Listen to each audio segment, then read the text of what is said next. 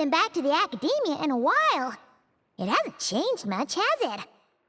Well, since we've got some time, want to go to the house of Dana? Paimon wants to do some reading! Ha! So you noticed! Well, you're too late. The Paimon you know and love is no more. You're looking at Paimon Plus, a new and improved treasure trove of travel know-how. Paimon Plus would like to find some new books to peruse. A gracious traveler like yourself wouldn't leave her companionless on her quest, right?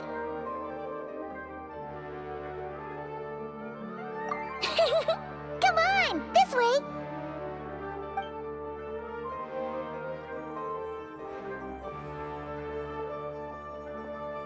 Oh hey!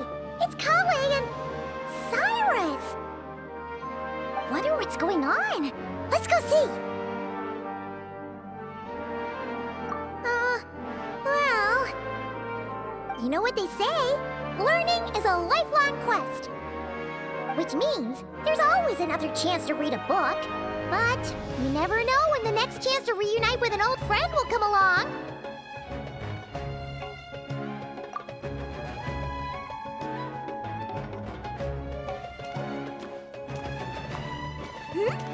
Traveler, Paimon? You're back in Sumeru? Oh, hello, you two. It's been a while. Looking to spend time with some old friends? Yep. We saw some familiar faces, so we came to say hi.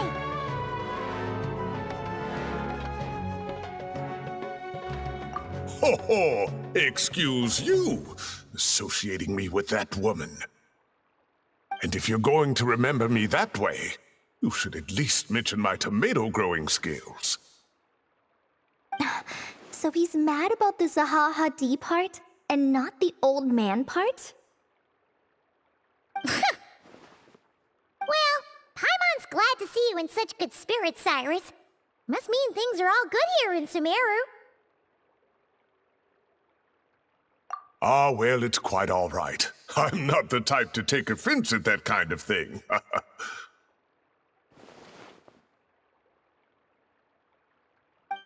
You definitely are.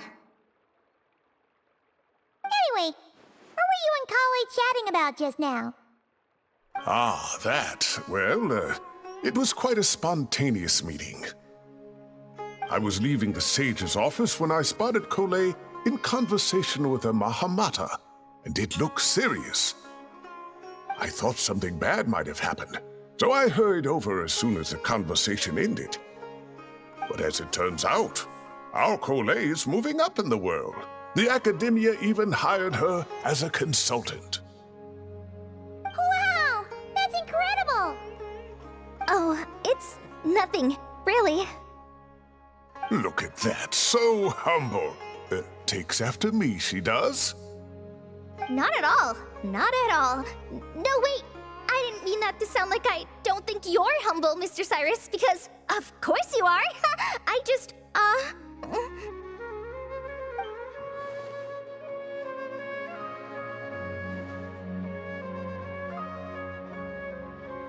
Oh, well, I wouldn't even call myself a consultant. I'm just helping out.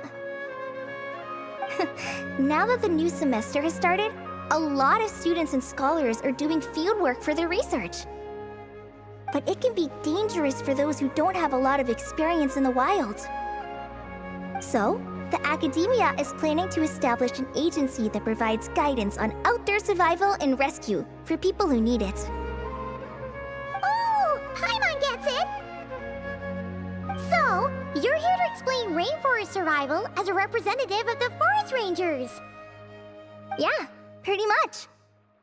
Of course, when it comes to tips on deciphering mechanisms or defeating monsters, that's for people who are far more senior than me to handle.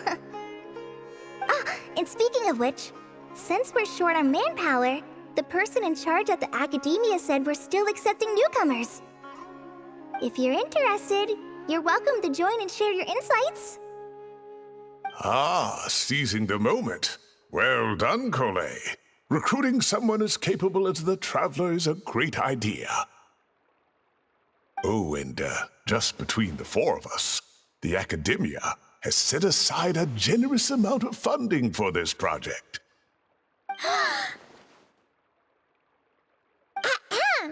Well, since Kali's thrown her hat in the ring, we should help out too. What do you say, Traveler? Great! We're all supposed to meet up in Aru Village later, so I guess we'll regroup there.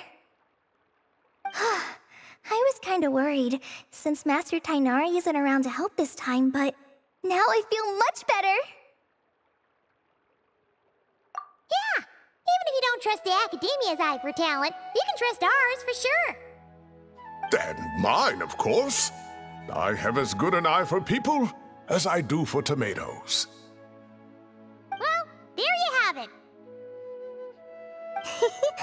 Thanks, everyone. Oh, speaking of Tighnari, how are things with him and the others?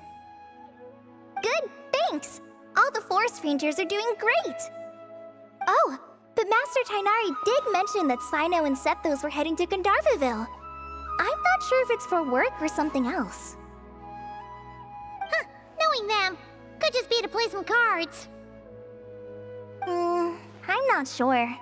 Apparently Sethos is bringing someone else with him too. But with my academia commitment, I didn't have time to ask for more details. Huh, well now Paimon's curious. Should we go check things out, Traveler? That's true, and I'm sure they've missed you. Now that is how it should be between friends. Getting together to play cards or enjoy a meal. Yet here I am, stuck with Nephis, who only ever calls to talk about research. Well, I won't delay your reunion any longer. Until next time. Goodbye, Mr. Cyrus. Take care. All right, I should probably get going too. See you later, guys. Come find me in Aru Village when you're ready.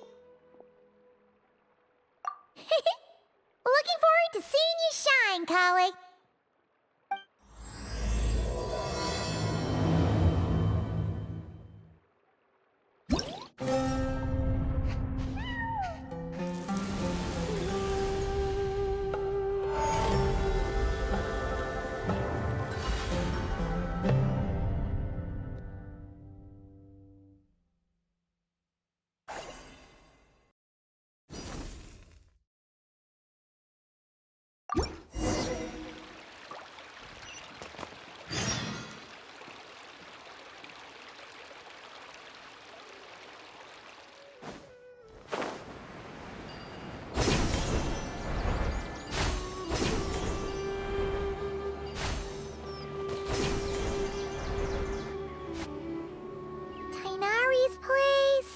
Tighnari's place.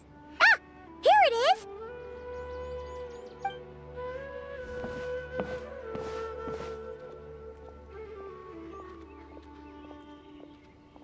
Cyno! Sethos!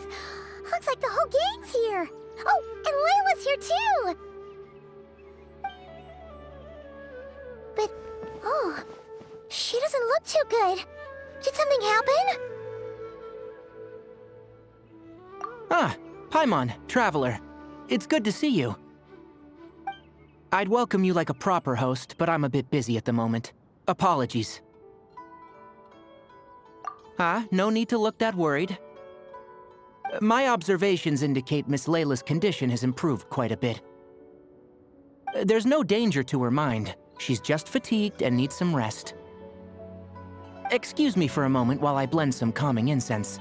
I'll let you two explain the situation. All right.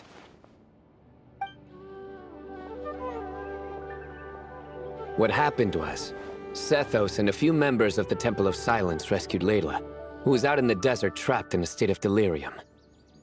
She had to be rescued? Oh, that sounds bad. That's all you're gonna say about it, Cyno? I mean, we don't want people jumping to conclusions.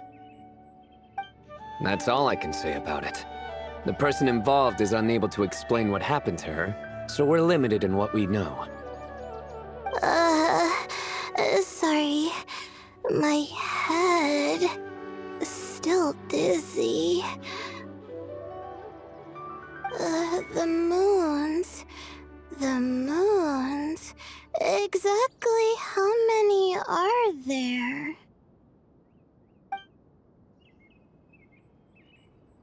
She's been repeating that phrase over and over again, but she can't seem to remember what happened to her. We tried a few things back at the Temple of Silence, but we couldn't recover her memories.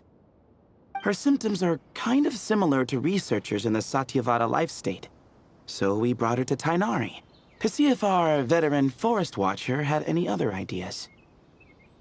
Tighnari is pretty much our last option, so let's hope he can help. The good news is, even if restoring her memory is a no-go, we can help with the headache at least. Jur was in a similar state when we found him, delirious and mumbling to himself, but he's more or less back to normal now. Sorry, I should give you some context first, huh? We should let Miss Layla get some rest. Come with me, you two, and I'll introduce you to the other victim of this incident. Good idea. I'll wait for Tighnari here and keep an eye on our patient. All right then, this way.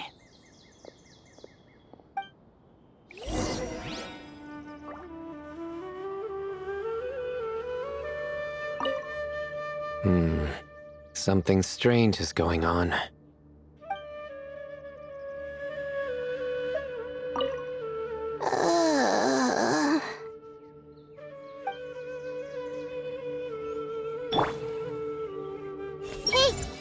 I'll have to tell Master about this when I get back. I see everything. How many moons are there in the sky?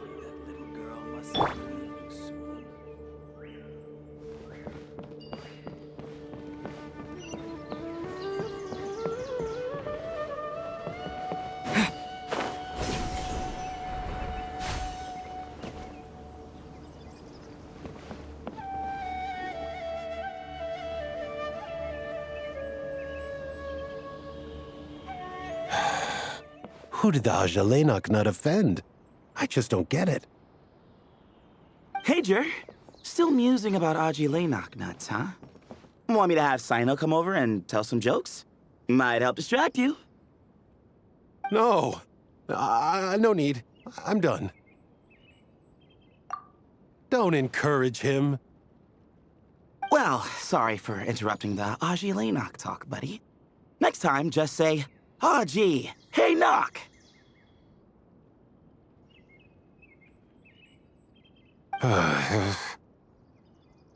Hold on. So, what's the deal with the Ajalenak nuts? Other than the bad Cyno jokes. We'll get to that. But first, introductions are in order. This is Jur, a member of the Temple of Silence. And you remember the Traveler, right, Jur? Of course. I'd never forget a participant in the Rite of Duels or the hero who saved Sumeru. Awesome. Could you go over what happened to you one more time, Jur? Our valiant hero is gonna help us get to the bottom of this. Might as well join since you're here, am I right? Just hear him out. You're gonna want to uncover this mystery once you do. I'd bet on it. Well, I was on an expedition in the desert not too long ago, when I got caught in some quicksand. Later, it became obvious it wasn't normal quicksand because instead of sinking to my death, I fell into an undiscovered ruin. In my panic, arms and legs flailing about, I suspect I touched some things I shouldn't have.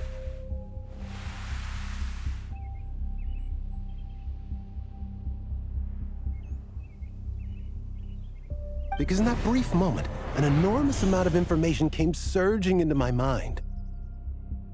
I would hesitate to even call it knowledge, because my brain had no capacity to process the information. To use an analogy, it would be like trying to stuff thousands of Ajalenak nuts into a small water skin without it bursting. Sorry again with the Ajalay nuts. I know. It's fine. We're getting to that part of the story anyway. True.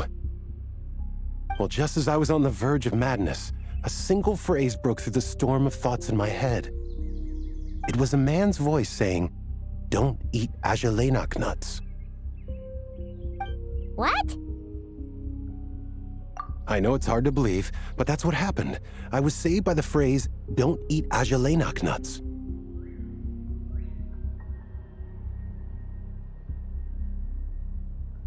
I'm not sure. I'm not even certain it was a man's voice. It's hard to remember now that I've been repeating it so much myself. Anyway, the good news is I no longer feel like my head is going to explode.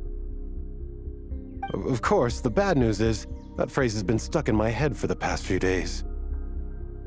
Wow. But doesn't it have the opposite effect? Like, the more you say don't eat it, the more you want to eat it? Yes, that's exactly right. Whoever the voice belongs to, I don't know what his deal is with those nuts.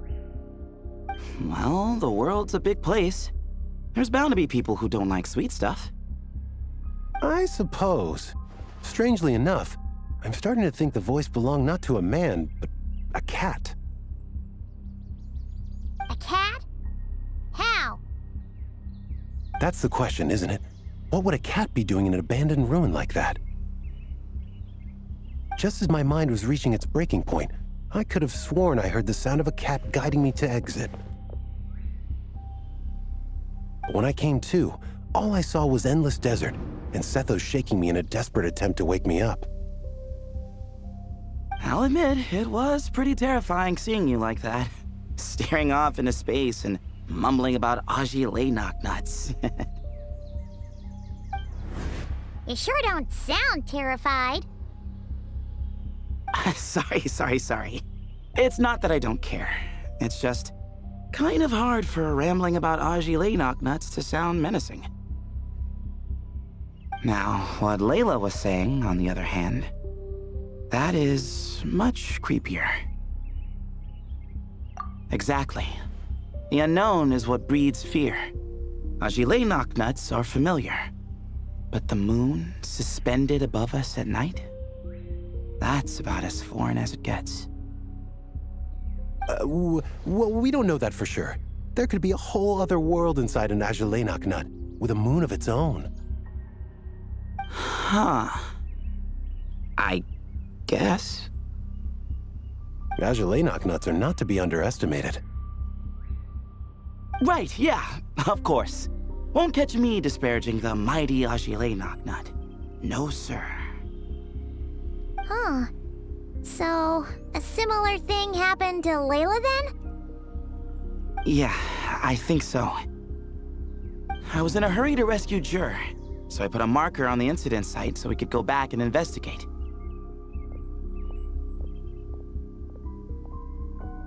When his condition stabilized, we doubled back around to check and...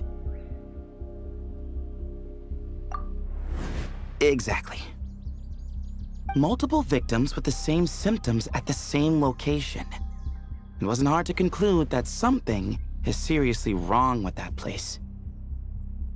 So, after we got Layla out of there, I had the Temple of Silence put up a warning sign at the scene and send patrols to watch the area.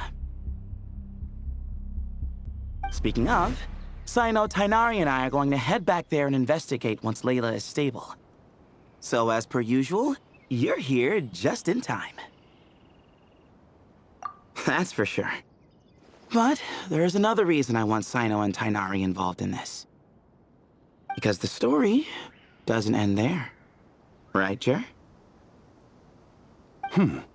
Oh, yes. Where was I? The Ajalay nuts butted in and I... Right. Yes, the cat. As I followed the cat noises, the voice said something else. So, there are those from Tula who still endure. I thought that was strange, of course, because, well, was the voice referring to me? Records of my ancestry are rather sparse, so I'm not sure if my bloodline even traces back to that place. That's right. The Temple of Silence's place of origin. And the home of Tighnari's people. Plus, Harmonubis, who Cyno and I both share a connection to, was one of the city's founders. As the temple's current leader, if something strange happens in the desert, it's my job to get to the bottom of it. But it turns out, a lot of people have a horse in this race, and I'm not leaving any of them out. See? Knew you'd join. But yeah, that's all we know about Jur's situation. Tighnari should be done on his end. Let's head back and check on Miss Layla.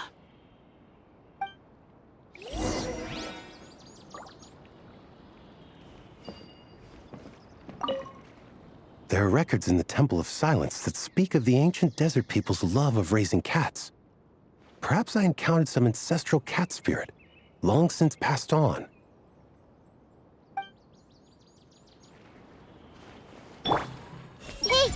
The more I mention Azulay Knocknuts, the more I want some.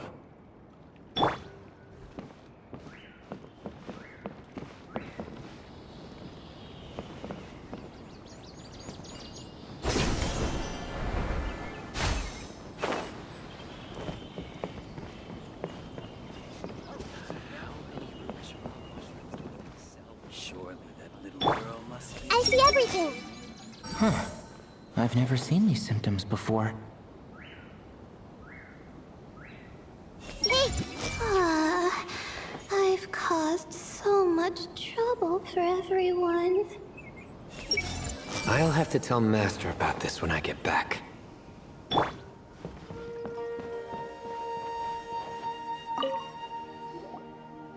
How are you feeling? But don't speak if it's too taxing. It's fine. I'm much better now, thanks. I feel like I haven't slept in 2 days, so pretty much back to normal. Whoa. That's your normal? Traveler, Paimon, I thought I heard your voices earlier. Oh, and, I'm sorry. Huh? You don't have to apologize. You didn't do anything wrong. No, I just mean, I think I'm about to disappoint you. My head was kinda muddled earlier, but I still heard your conversation. I know you're trying to figure out what happened to me, and I want to help. But, I really don't remember anything. Does your head still hurt? No, I feel fine. The incense you made helped a lot. I'm still hearing those words in my head, but other than that, I'm okay. It's just, all I remember are those words. Everything else is a total blank.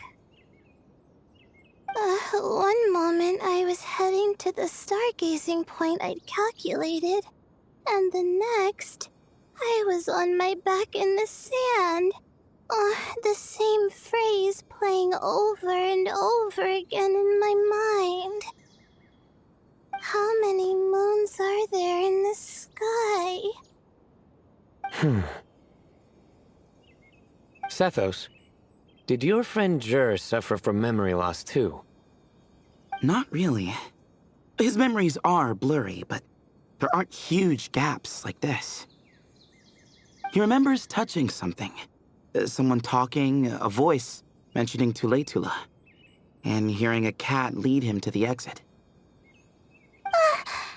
A cat. Did you hear it too? Huh? Now that you mention it, I think so. It was so soft. I thought I was imagining things. Which means, at the very least, what the two of you experienced while escaping the ruin is consistent. A single sentence repeating in your heads, and the faint sound of a cat. Still not a lot to go off of. Agreed.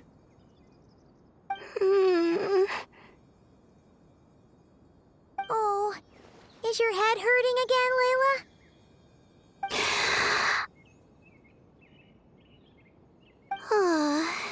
No, I was just thinking. Maybe my memories are blank because I was sleepwalking at the time. Sometimes, my friends and classmates tell me about things I don't remember doing, or places I don't remember going. I don't talk about it a lot because, well, I don't even know how it happened. But I don't want my personal circumstances clouding your judgment.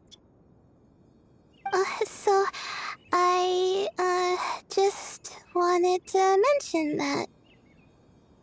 Ah, I see. Well, thank you for telling us. But I don't think we need to dwell on that for now. We're gonna check out the site of the incident for ourselves, so that should help us come to our own conclusions.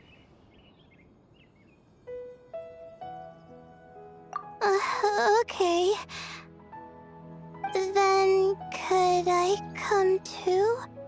I have to know what happened to me back there. Sure, but on one condition. You need to be in tip-top shape before we head out. If your condition isn't stable enough before then, we'll have to figure out something else. Of course. No problem. Well, I'm more concerned about Tighnari. You sure you'll be alright in the desert? You say that like I'll evaporate on first contact with sand or something. Call it curiosity. If this concerns my ancestors, I want to figure out what's going on. Anyway, as long as I take things slow when the sun's out, I should be fine with the right preparation. Besides, it's a good idea to have a doctor on hand in case of emergencies. So long as our doctor doesn't become the emergency. Well, if that happens, I suppose I'll just have to rely on the kindness of my entourage to haul me back home. All right, well, that all sounds good to me.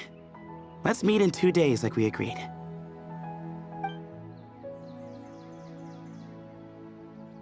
Jer and I are gonna head back to the Temple of Silence to do some research in the meantime. See you in a couple days. Sounds good.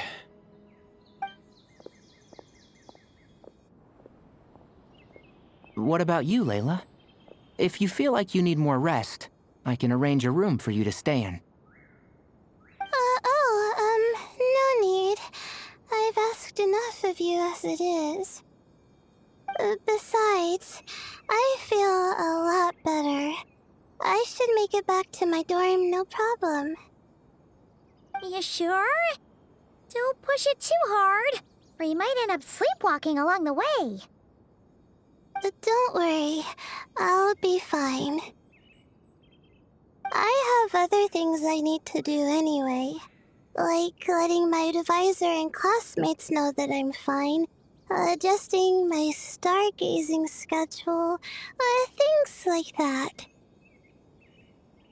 If I don't get it all done, I doubt I'll be able to sit still, let alone stay here and get some rest.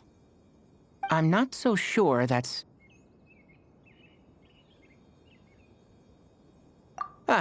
a much better idea. Thank you, Traveler. Of course, if anything starts to feel off, come back for a checkup right away. You'd better listen to him, Layla, or he'll feed you tasteless slop as a punishment. Punishment? You're the one who caught a cold. You're supposed to eat light when that happens. Besides, with your nose stuffed up like that, you couldn't taste anything to begin with. Huh. Is that so? And here I thought it was an in-taste-to-know issue. Should have seen that coming. You're off the clock, so now it's time for puns, huh?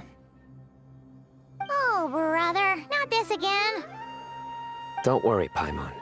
I understand. If you want me to stop, then Then? you'll have to call a plumber. Tell them someone's gotta pipe down. This is getting more insufferable by the second. Put a sock in it already, please.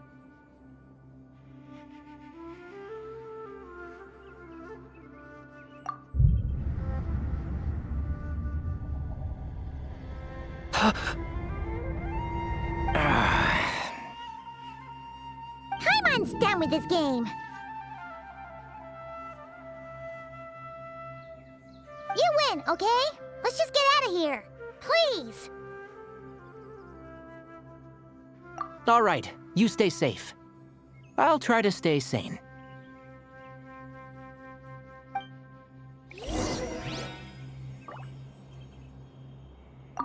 It seems your jokes have improved with practice, Traveler.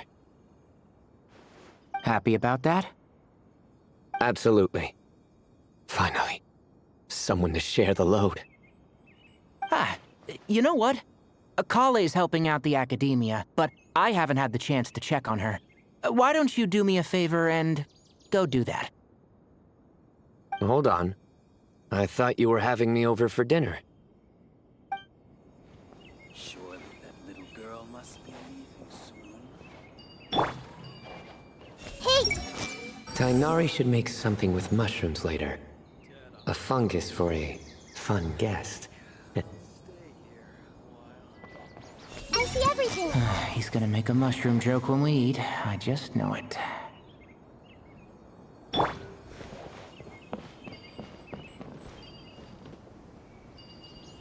Surely that little girl must be leaving soon. Hey, Don't fully trust anyone except yourself.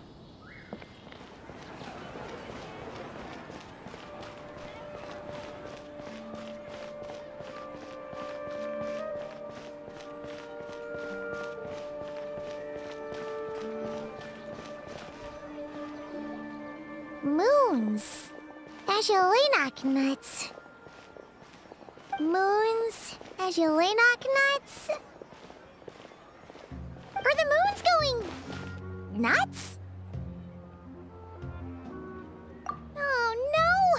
Looks like Paimon's caught the brain bug too! She can't stop thinking about those two things! Oh, Paimon's gotta clear her head.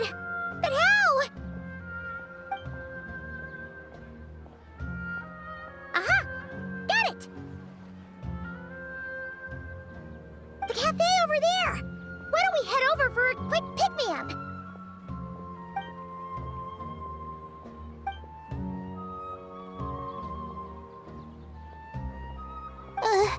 Sorry. I feel kinda tired all of a sudden. Wait! Is it because of all Paimon's muttering just now? Oh, sorry. The coffee will be Paimon's treat, okay? Hey! You make it sound like Paimon's stingy or something! Huh. Well, she'll just have to show you her true colors. Yeah! Starting now! You sit tight and take care of Layla, Traveler. Paimon's gonna get us some snacks and coffee. Be right back. Don't go anywhere in the meantime.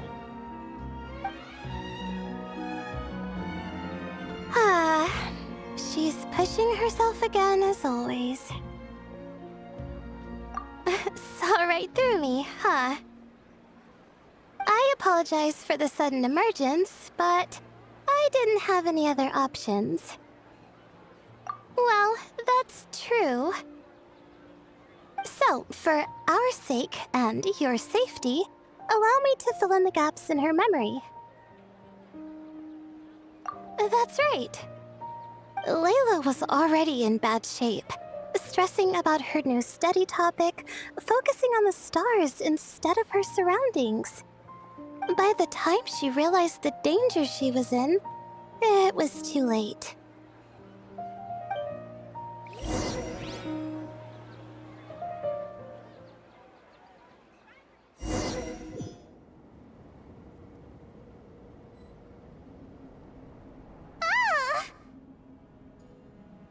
Quicksand near the ideal viewing spot? Wasn't expecting that. Looks like Layla's been under a lot of pressure lately. She hasn't been paying attention to her surroundings. But why would quicksand lead to a place like this? Well, all in all, looks like a common desert ruin. Guess there's nothing to do but try to find a way out. Oh, Layla, what have you gotten yourself into this time?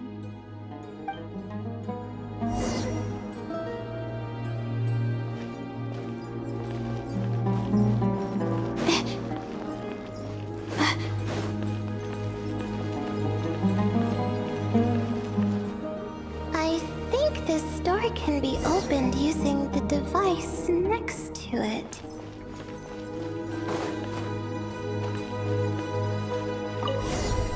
Just like I thought. Ugh, what was that? My head. It hurts. Is Layla waking up? No, that's not it.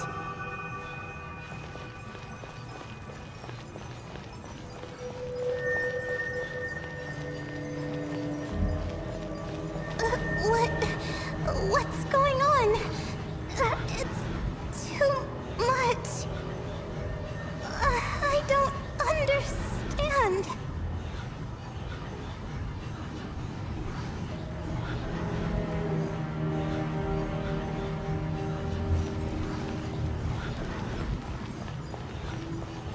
The ground is... Where am I? It's spinning.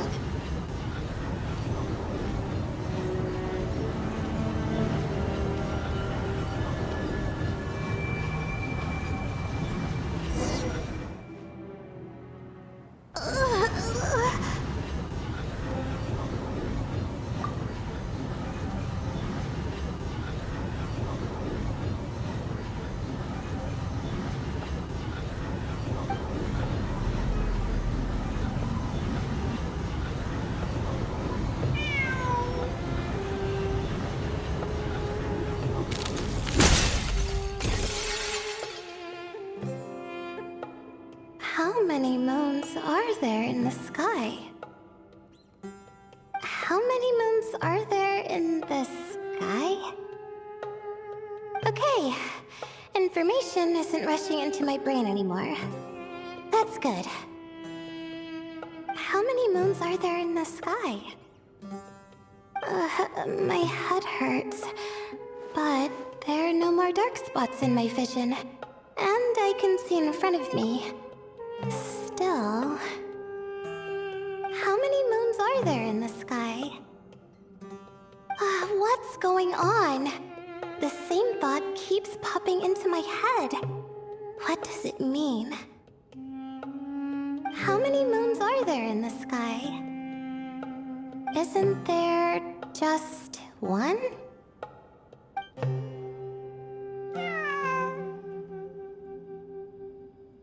A cat? I think there was one earlier, too.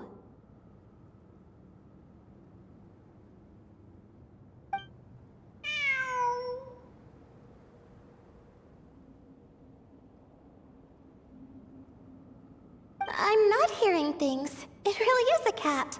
But what is it doing here? How many moons are there? No! Stop it!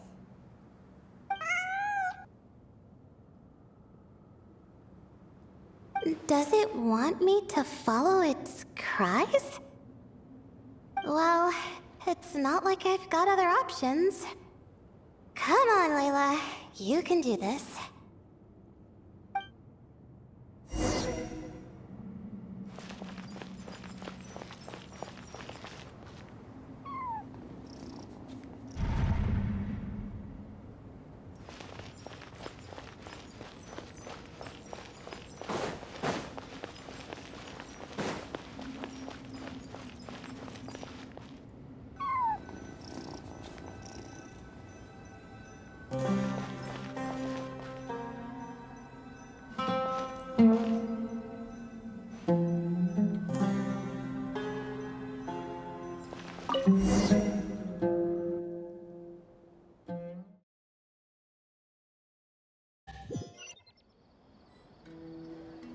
And so, I followed the cat's cries to find my way out. It was quite a kind creature. It didn't even leave until the other me started to wake up. Thinking back, it all started when I touched that device. I've heard fellow students talk about it before, how the desert is full of objects that do strange things. Sometimes it's just a minor inconvenience, but other times devices like that can cause massive trouble. Of course. I forgot how much adventuring experience you have. Still, carrying an umbrella doesn't mean you can't get soaked, so just be careful and stay away from unknown devices. No need to thank me. You and Layla are about to head into dangerous territory together. You need to be safe so she can be safe. Well, I think that about sums it up. And just in time. Your coffee's here. Traveler! A little help over here?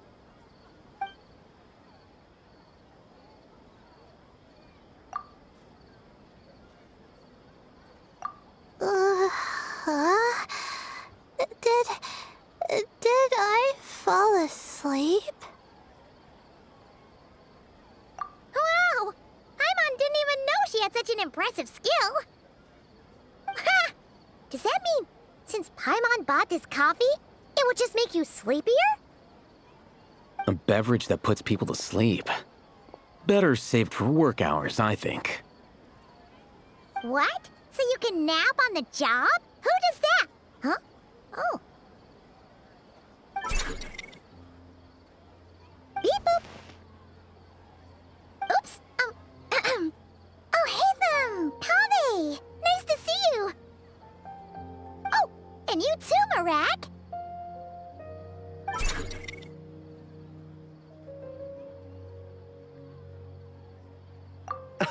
Sorry. Hope we're not interrupting anything. Miss Layla, you don't look so good. Is everything all right? Oh, I'm fine. I was sleeping just now, so I'm still a bit... Ah, I see. And we woke you, didn't we? I'm sorry. We shouldn't have been so loud. No, you didn't. I didn't mean it like that. Sorry.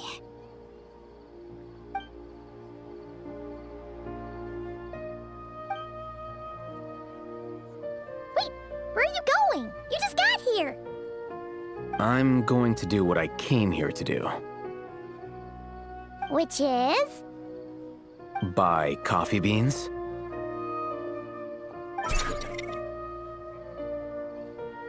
Huh? You're going too? Marak! Fine. Run off with him. See if I care. Well, looks like I get you to myself.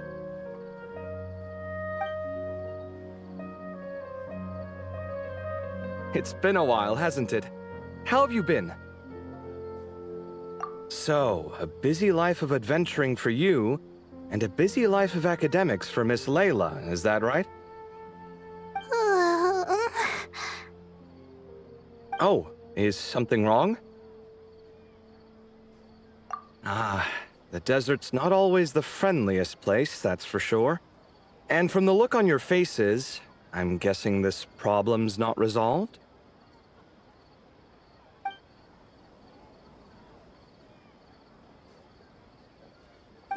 Don't force yourself to talk about it, of course. But I've worked on several projects in the desert before, so if there's anything I can do to help, just say the word. No, I don't have anything to hide. It's just complicated, so explaining might take time. Well, lucky for us, I've got that in spades. Yes, you have been quite sedentary recently. Excuse me? I've been going about work as normal, thank you. And, might I add, you do way less work than me. I do the amount of work that is required of me. Yes, you and your stellar work ethic. The stuff of legends. Now look what you've done. I've lost my train of thought. Where were we? The problem in the desert.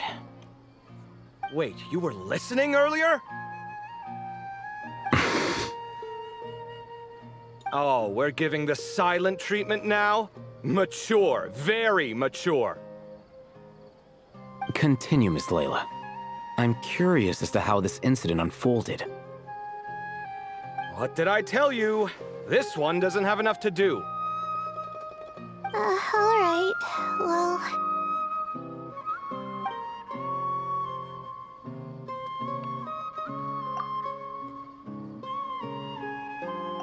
Could you still use some extra hands on this investigation team of yours? Huh? You want to join, Mr. Kaveh? That's right.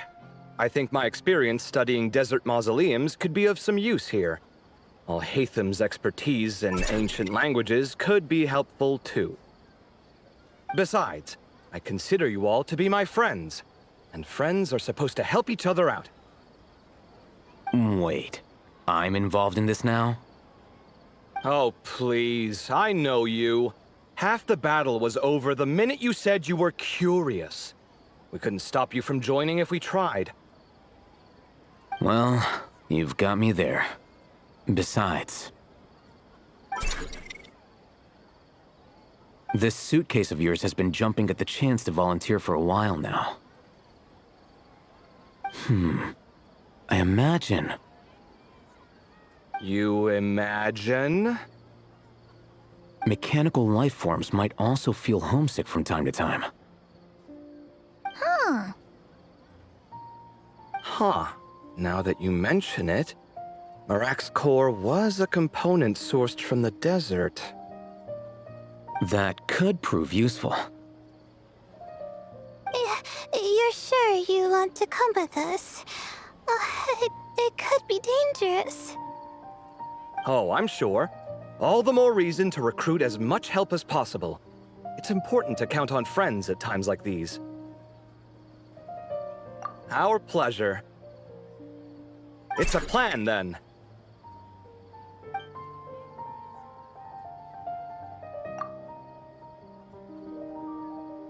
All right, we'll head back to our place to get ready.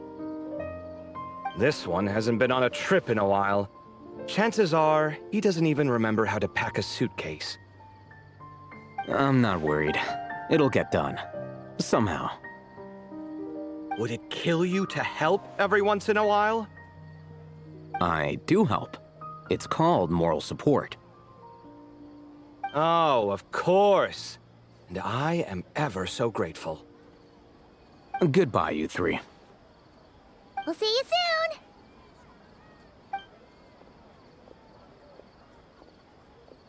Oh, and Kaveh, your coffee beans! You were too busy glaring at Alhaitham, you almost forgot them!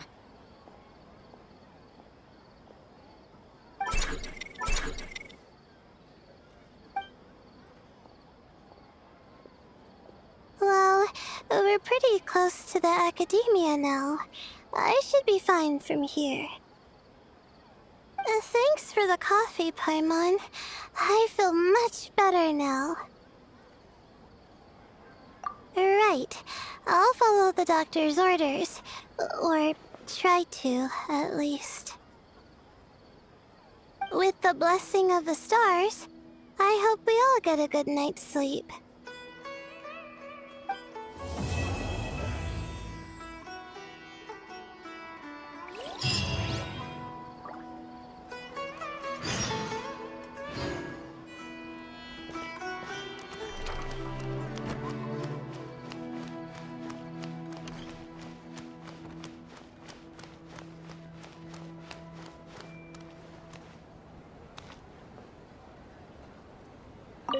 Ooh, let's get some of this. It looks fresh. Sure. All right, some of this to go, please. You got it. Taking it home with you? For 2, right? For 2... Oh, no. It's not. We don't... Just 1 serving each. Separate. Not together. All right. Coming right up. Ugh, that was close. Light on the sauce for mine, please. No problem. Any preference for you, sir? Oh, extra on mine. You got it.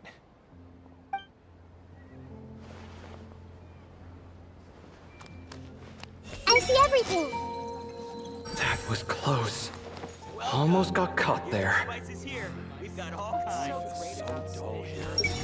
No idea what there is to be so particular about, but whatever. So, they're not eating together? That's odd. I rarely read these things wrong.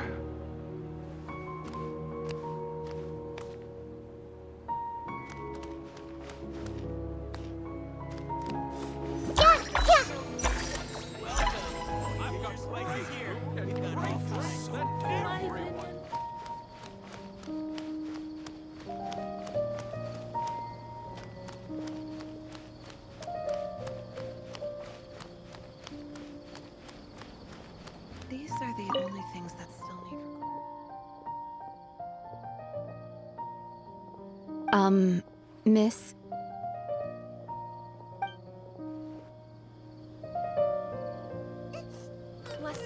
Everyone hold hands. Patients will get well soon. Good girl. Listen to the doctor. The person here for a checkup is asleep. What should I do? Wake her up?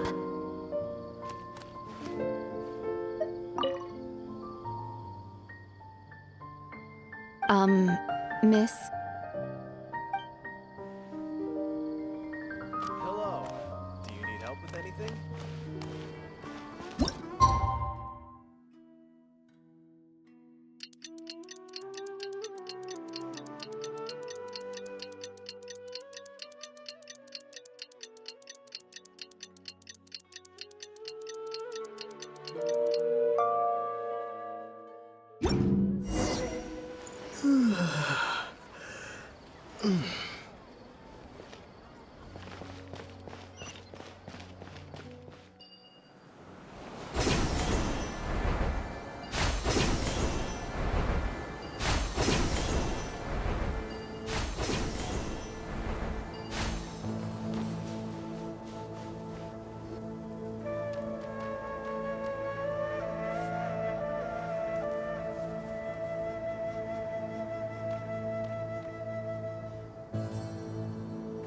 Looking at the map, we should be getting close.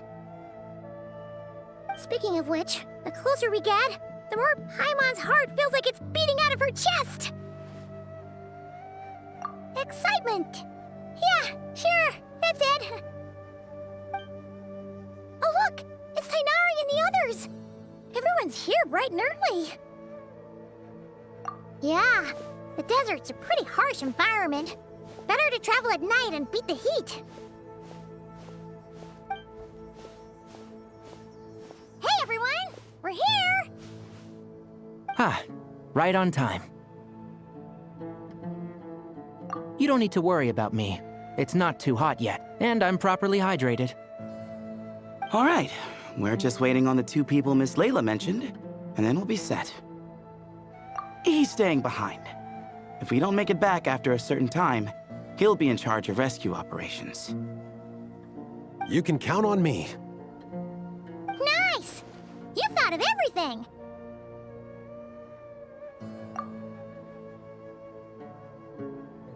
Oh, and Cyrus said he'll be in Aru Village, so he's also available if we need help. Haha! Amazing! Having people to watch our back is making Paimon a lot less nervous. Yeah, I did. After hearing about what happened, my advisor gave me some time off to rest. So, my studies are on hold for now. Then, does your advisor know you're back in the desert to investigate? Yes, but I was only allowed to come after I mentioned that General Mahamatra would be there too. Haha! Quite the reputation you've got there, Cyno.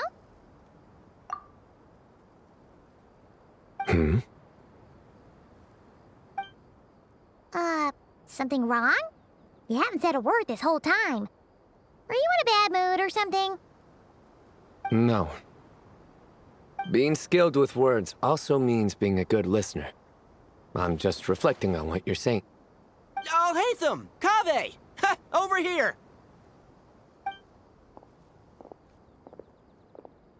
Darn it. I was just setting up a brilliant... Yeah. I'm sure you'll find another chance. The important thing is, our scribe and our renowned architect are here at last. High praise.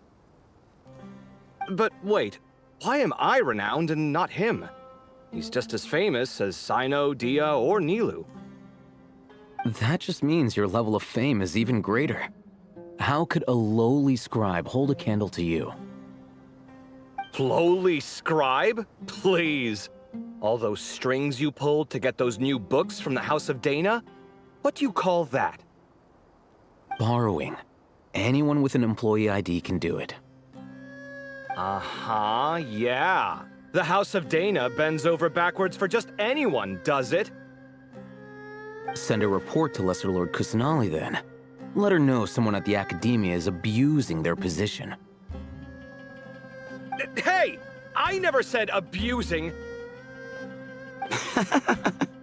Impressive verbal sparring, as always.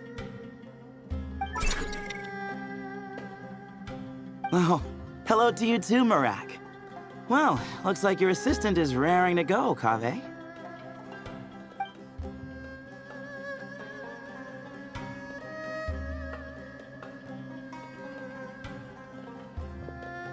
So, I say we get this show on the road.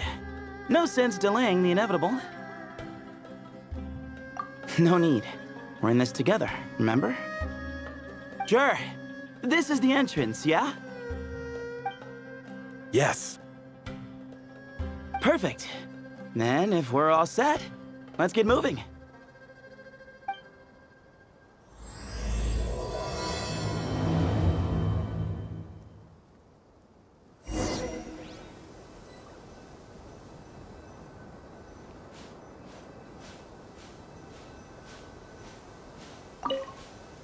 I hope everything goes well in there. I've got your back from out here.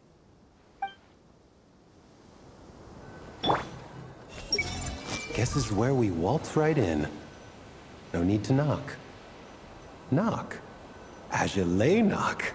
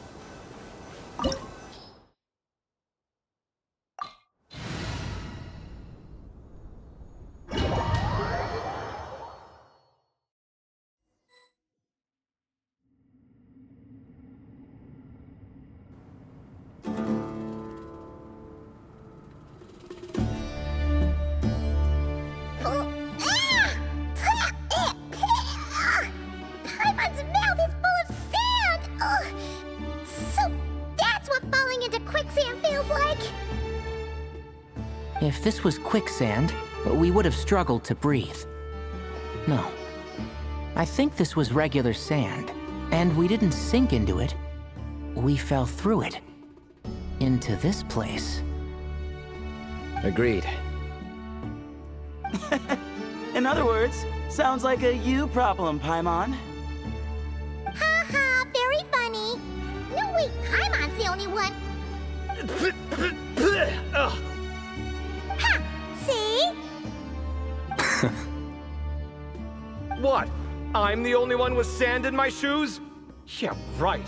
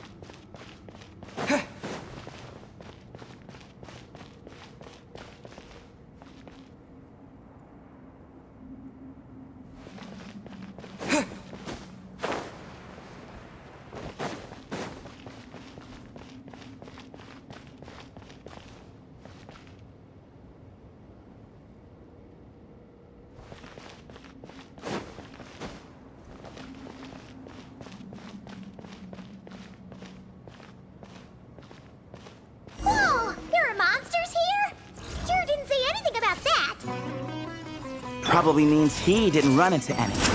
Because we're just unlucky. Not the best sign of what's to come. We'll be fine. Let's just use up all our bad luck, and we'll be golden.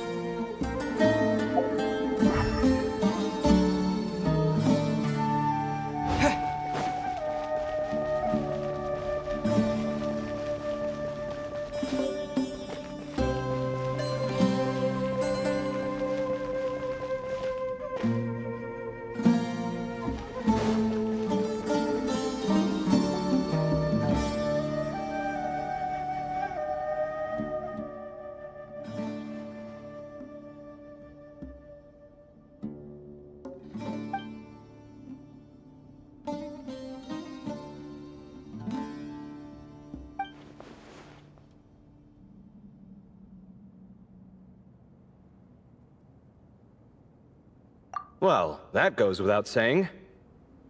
Fair point. There's just one problem, though. The only way forward is through that door. Oh! Is it time to hunt for a key? Paimon loves this part. Don't worry. With our adventuring experience, we'll find it no problem. Let's get searching!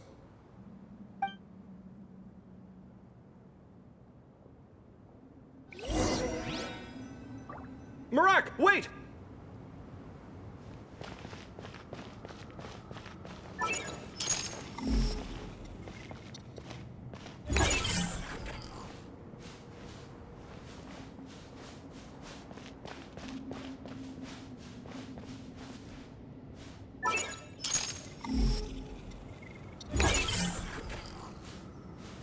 Marak seems interested in these jars.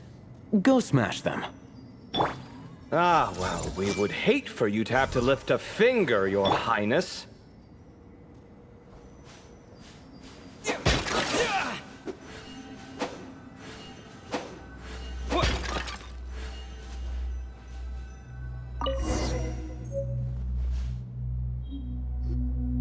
Marak, this isn't really your old home, is it?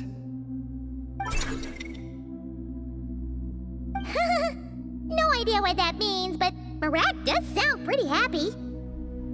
So, mechanical life forms do have the capacity to miss home. A novel discovery. Well, with Marak leading the way, we should be safe, right?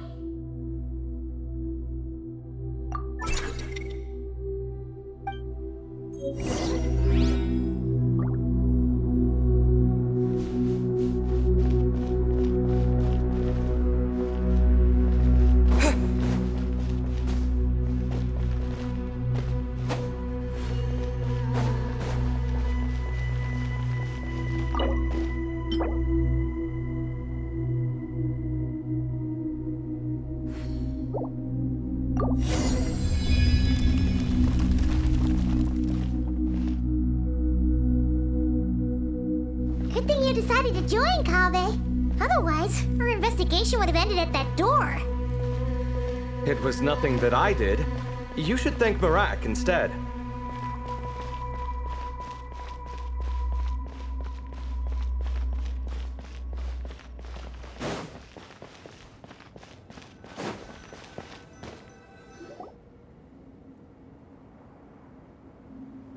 Hold on. At this rate, Paimon's gonna lose her title as best guy to a mechanical suitcase.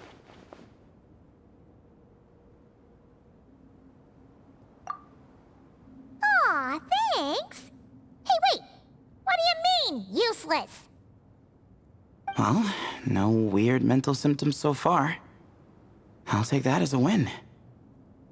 That said...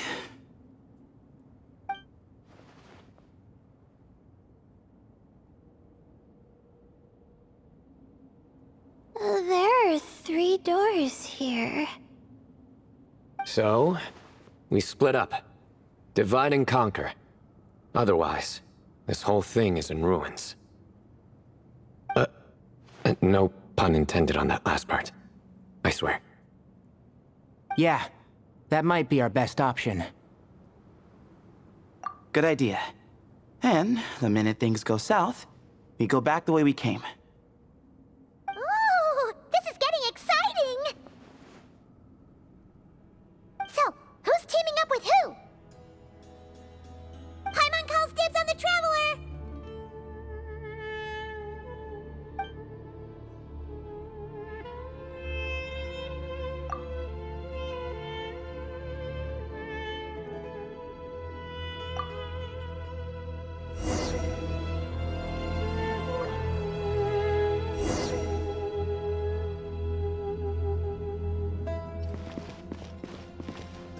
Well, this takes me back. Last time we were in the desert together, the 2 of you came all the way out here to gang up on me. Oh? Sounds like someone's holding a grudge. Just what I like to hear. If you're still hung up on that last one, just name the time and place, and we'll have ourselves another thrilling... duel. Huh. What's with the awkward pause? Were you expecting me to stop you from saying something stupid? You two can have 1,000 duels for all I care, after we're done here. For now, focus on the task at hand.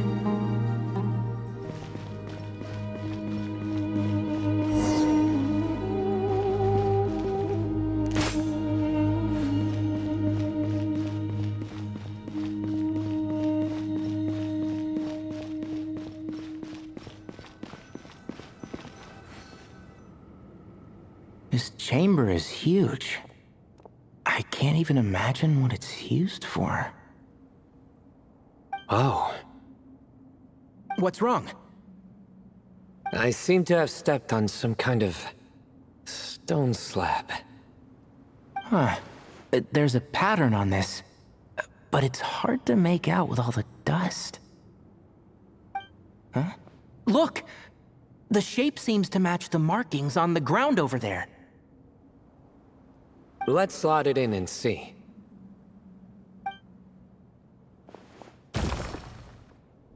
And we have a match.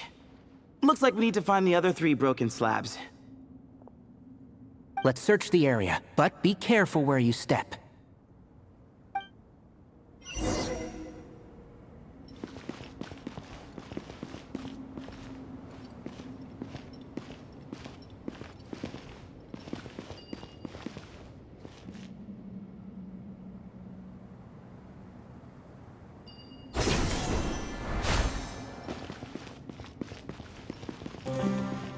Ooh, got one! Ouch, but watch out. The edges are kind of sharp.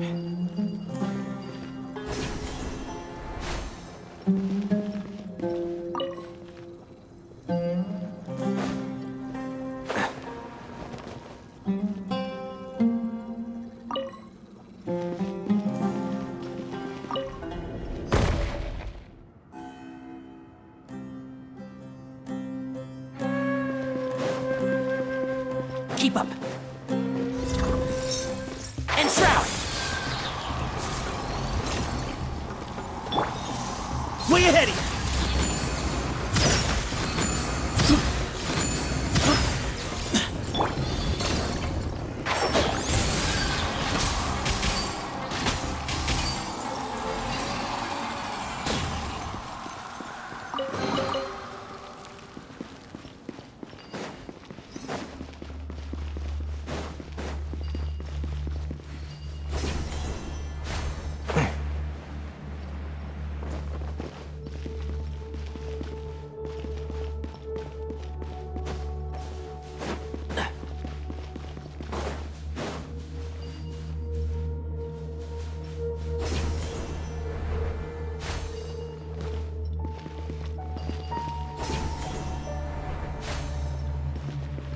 Got the 3rd piece.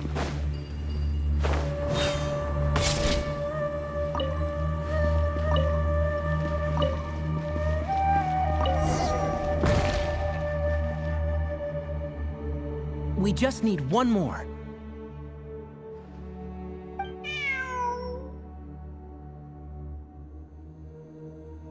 Huh. Look, a cat. Could it be the same one Jer mentioned? I don't think we need to worry about startling him. He doesn't seem afraid of people. Yeah. If anything, it seems like he wants us to follow.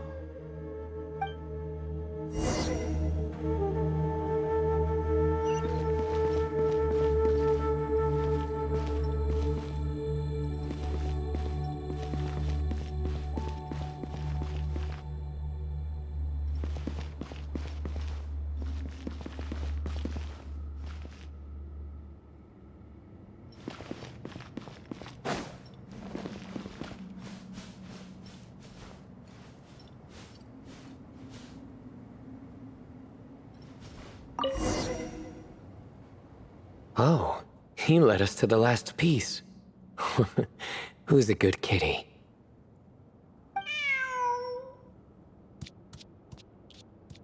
I never thought I'd hear you say something like that. You've clearly never heard how the professor talks to his tomatoes, then.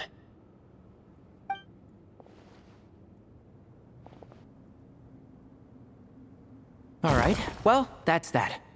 Now, we need to figure out how to get rid of all this dust. Behold, the great Vayuvyastra. Be honest.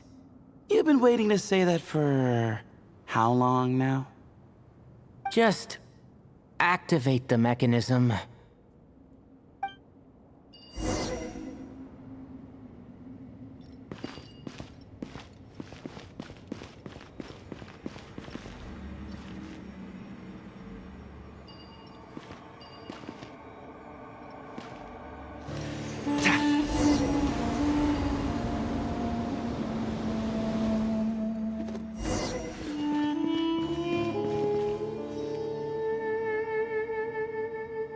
Huh, it worked.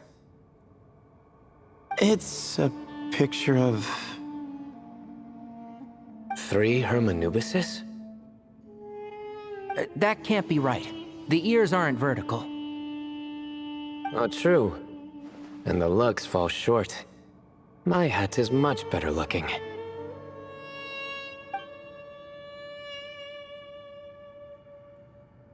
A goat, an ibis, and a crocodile.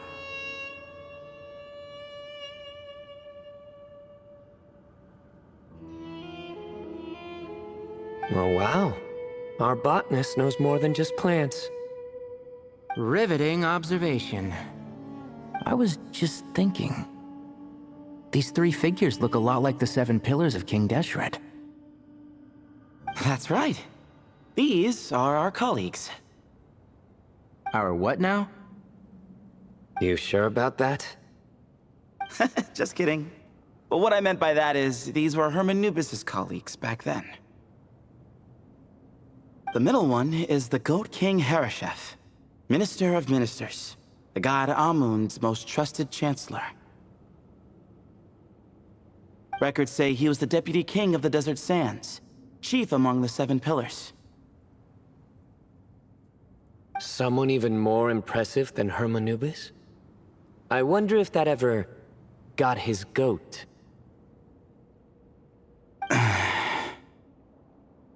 Sorry, couldn't resist.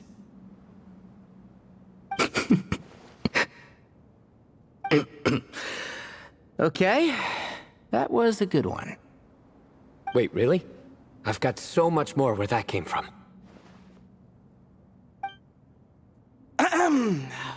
Where were we? This is Sobek, the Crocodile King, Captain of Captains. As the name suggests, he was a valiant commander, and had dominion over all weapons of war. And finally, this is the Ibis King Thoth, Scribe of Scribes. Your memory's pretty impressive. I bet you're almost as good as me at memorizing cards. A scribe? Did he manage archives then? Like Alhaitham? Wait, that's all Alhaitham does? I never knew being an academia scribe was such a cushy job. Well, that's how his friend put it, anyway. But it does seem like he has a lot of free time. Well, I don't know much about the academia, but I'm sure the Ibis King had more responsibilities than that. The temple's records say he represented the wisest aspects of King Deshret, inventing the desert script and arcane arts at his king's command. He must have been quite the impressive man, then. Or creature, depending on how you look at it. Still, why are these 3 the only ones represented here? What about the other pillars of King Deshret? Maybe because the 3 of them were extra close? Huh. Kinda like us. Oh yeah! Maybe we should have someone inscribe us on a commemorative stone slab too. Or, we could just take a picture. It would serve the same purpose. Anyway, no more distractions. Huh. Doesn't it look like there's writing carved into the corner? Huh. There is. And it's in the ancient desert script too. Looks like the Ibis King left you some homework. Give me a sec. I'll try and translate it. The ministers are unvirtuous. The scribes unwise. The captains unworthy. My end is not humanity's end. Hereby bestow upon you all the far side of eternity. Wait, so they went to Aru? It doesn't sound like it was their idea. The far side of eternity is said to be the final land of dreams for all desert dwellers. But if such a place did exist, Wouldn't it also be an inescapable prison? Yes, and based on the writing here, it's clear King Deshret wasn't pleased with these three. This gift he bestowed upon them seems more like a punishment. Such is the power of a king, I suppose. Which means the goat's the one who got in the end. Huh. Yep, not as good the second time. What? Impossible. Well, looks like that's all we can learn here. Should we keep going? Yes, no time to waste.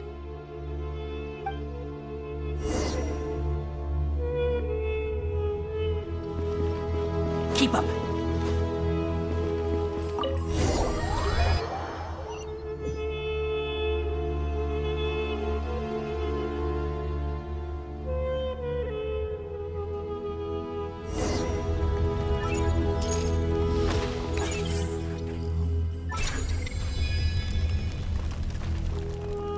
Jeez, who knew a suitcase could be so fast? Marak is nothing like this when it comes to housework. Hey, wait up! A scout's job is to take the lead. Just let Marak figure it out. Easy for you to say. I'll be the one doing the repairs if something happens. Why don't you go scout ahead then? When I think of a comeback, I'll let you know. No rush.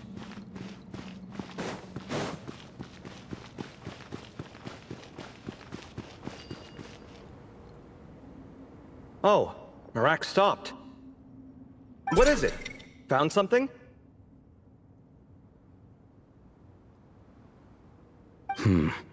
Looks like something covered in sand. Let's get it out then. Come on.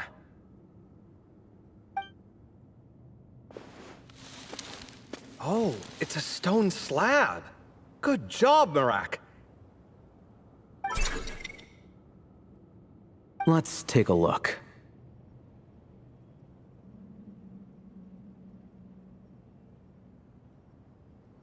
Huh.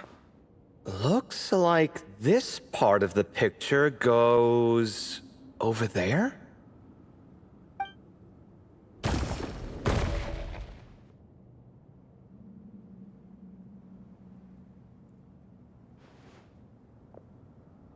In that case, there must be other pieces. All right, and let's look around. Hey! Why are you sitting down? I thought Marak was helping. Oh, so you do know what that word means. Great. Are we supposed to just sit back while Marak does all the work? No, I doubt you could do that. Exactly. But I can.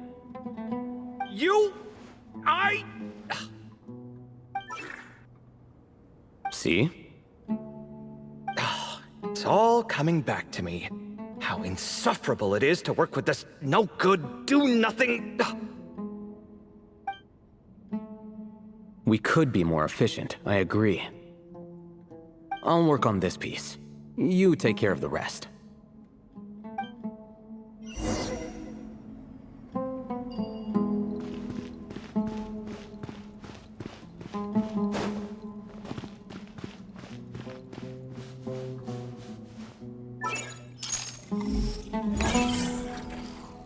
Found one!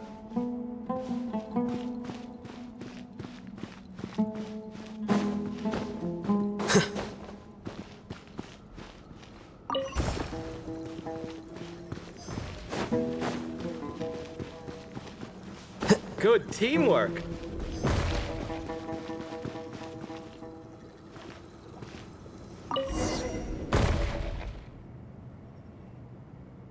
Looks like we found them all. The pieces fit together like a glove.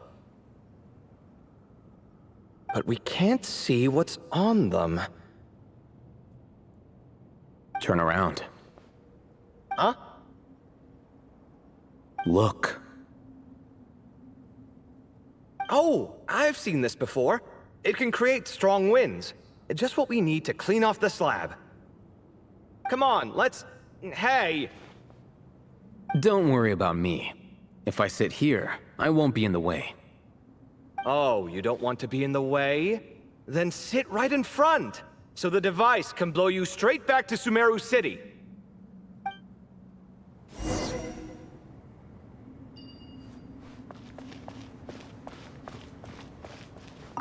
Better get to work. Good luck.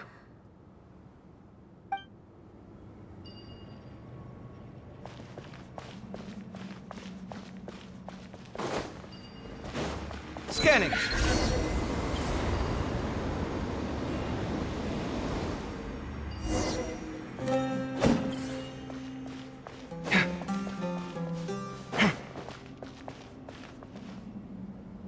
Done. Huh. That's one big cat.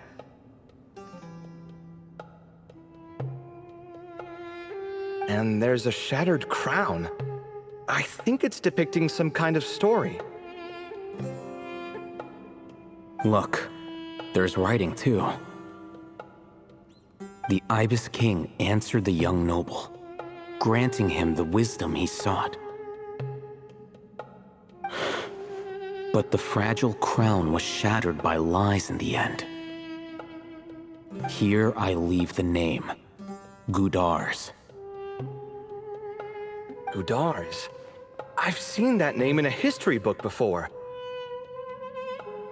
He was a young noble who sought to save his realm, and a king who once united the desert. That's right. Although his methods were rather shameful. During his long reign, he betrayed his family and the nobles who supported him, only realizing the error of his ways after his enemies left him nowhere to turn. But by then, it was too late. Seems like a common occurrence across history. Different people, same mistakes. It's an inevitable pattern, destined to repeat itself.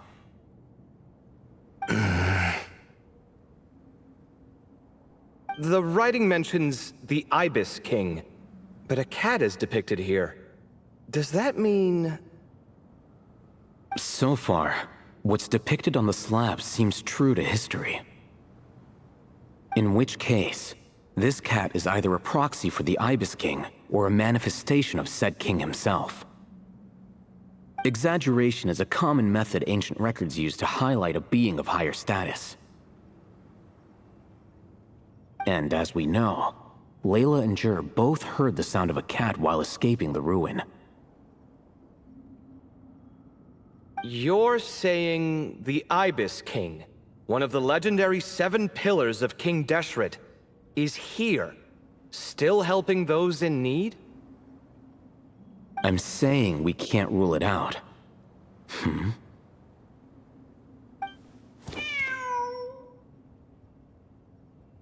Wait, there it is! The cat!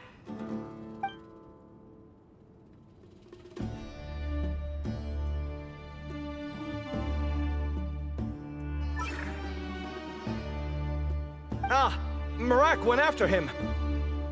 The cat's showing us the way forward. Come, let's follow. Okay.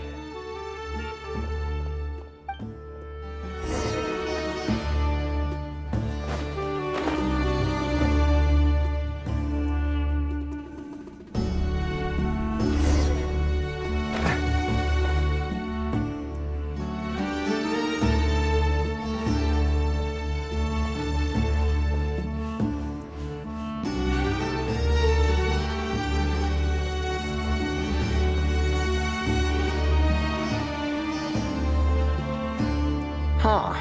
The cat's... gone. Yes, but look where he led us. Oh. Another slab. It looks similar to the last one.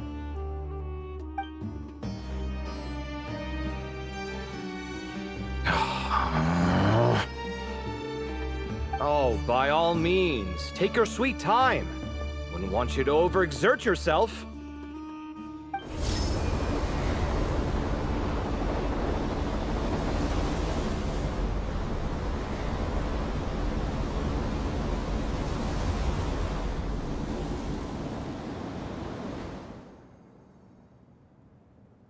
Huh. The scene depicted here... Seems to be a different tale. The Ibis King answered the gin-blooded dancing girl, granting her the wisdom she sought. But enemies plotted to kill her close kin. Snake venom was her self-chosen end. Here I leave the name, Makaira. The Temptress of Woe? You've heard of her? Of course. I don't just sit around doodling all day. She's mentioned in tons of papers about the desert. As I recall, she was given as a gift to the tyrant king of Gurabad, and later seized the opportunity to kill him. After getting her vengeance, she reigned as queen for many years, until her enemies attempted a coup, and she took her own life. That's more or less the version I've read as well. It seems this queen also had dealings with the Ibis King. Yeah, I'm starting to find this whole granting wisdom business a bit concerning.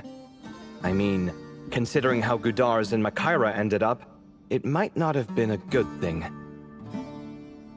But, at the same time, if the cat guiding us is linked to the Ibis King, then he doesn't seem like a villain either.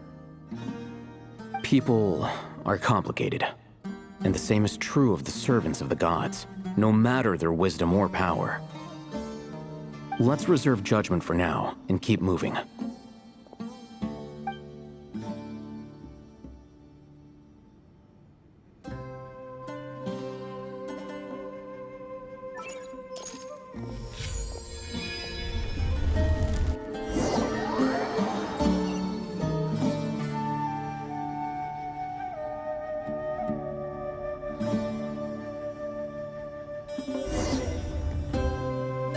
Oh, Paimon meant to ask earlier. Have your memories come back, Layla? No, sorry. To be honest, nothing about this experience feels familiar. Besides, my focus is the stars, so I don't spend a lot of time exploring ancient ruins. Guess that makes us the senior researchers in this scenario. Stick close, all right, Layla? Okay.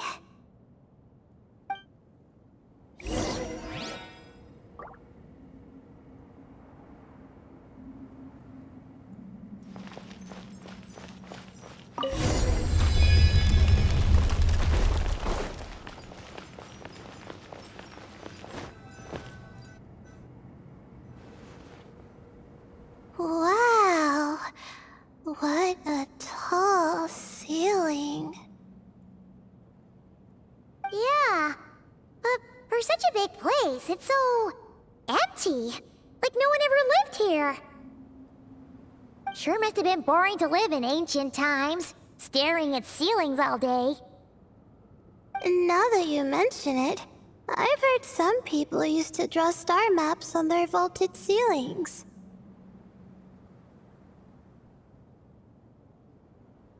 Some might even make them transparent to better observe the movement of the stars. It sounds so nice. Stargazing from the comfort of your own home. Wait a second.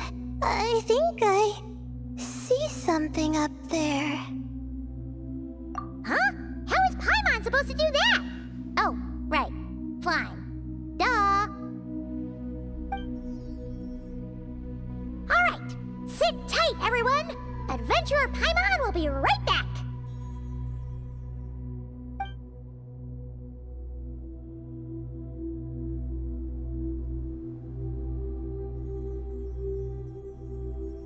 Okay. So, there's nothing super special up there. Just a couple of shelves, tables, jars, and scrolls. And a whole bunch of dust, dirt, and sand. You really want to search through all that stuff? Well, when you put it that way... Come on then, let's see what we've got. Paimon's hoping for something super valuable. Thanks. I'll stick close.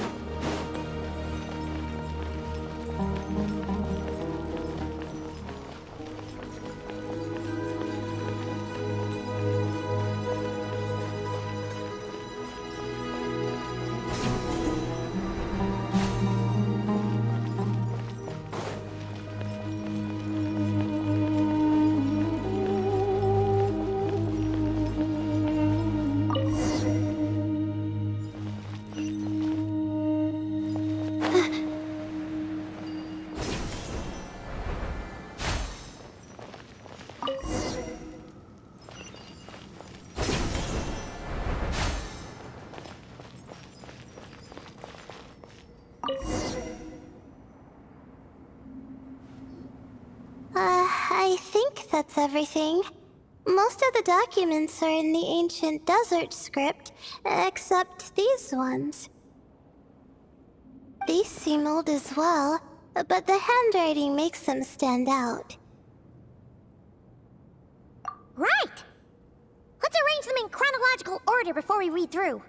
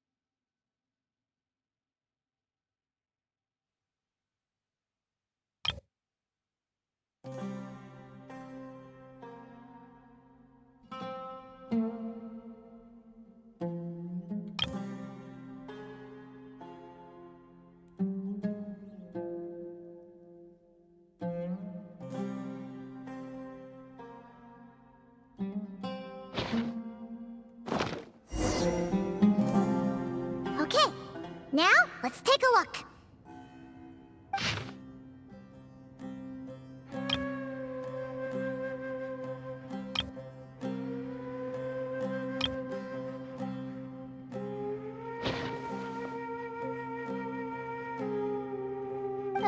Maybe this person fell in by accident, like Mr. Jur and me.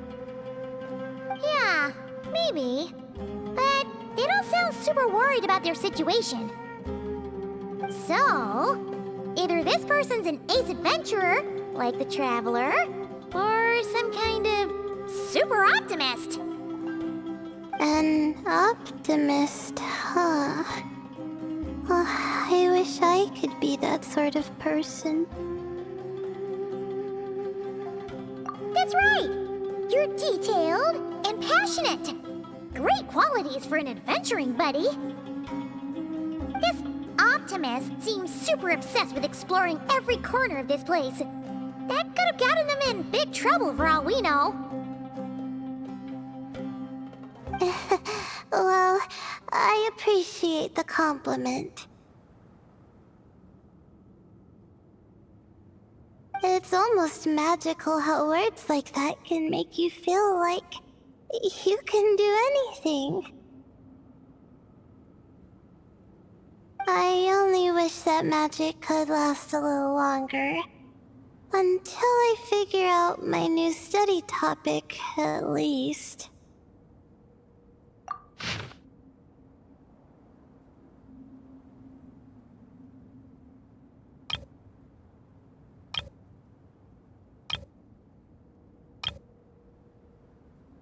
Oh, looks like you were spot on, Paimon. See? Told ya! That's what happens when you don't think things through. And all this talk about seniors and juniors, he was a student just like you, Layla! Whew, he sure talks a big talk for a student, though. You'd think he was some kind of old scholar instead. Huh. What is it? Did Paimon say something wrong?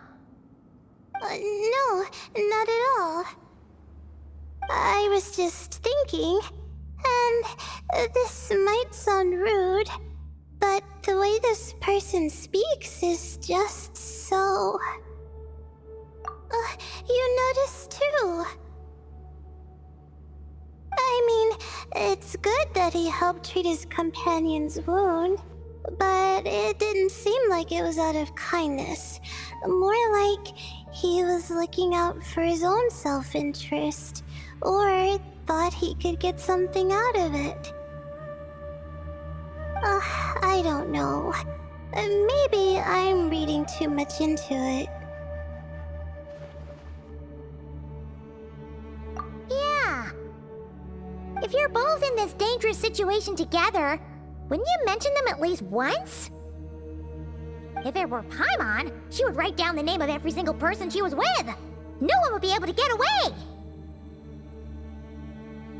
Actually, I find Paimon's approach quite sensible. It makes sense from a safety perspective, too. That way, if anyone came to the rescue, the notes would be able to tell them everything they needed to know. Whoa! That's genius-level thinking! Well, I learned that from Madame Farazan, actually. I'm not speaking from personal experience or anything. Oh, no! I'm just a student. It's fine! You taught us something, so you're our teacher. Simple as that.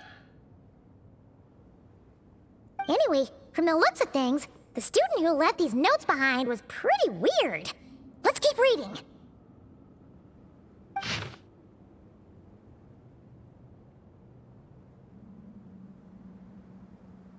Whoa! Hang on! That's a lot of information. Paimon needs a moment to take this in. The Ibis King. So... did this person actually meet the Ibis King here? Sorry. Who? Jeez, not again! Stop teasing her, Traveler! You know she was asking about Nefer. Anyway, Nefer's, a friend of ours. And she's mentioned the Ibis King before, but not in much detail.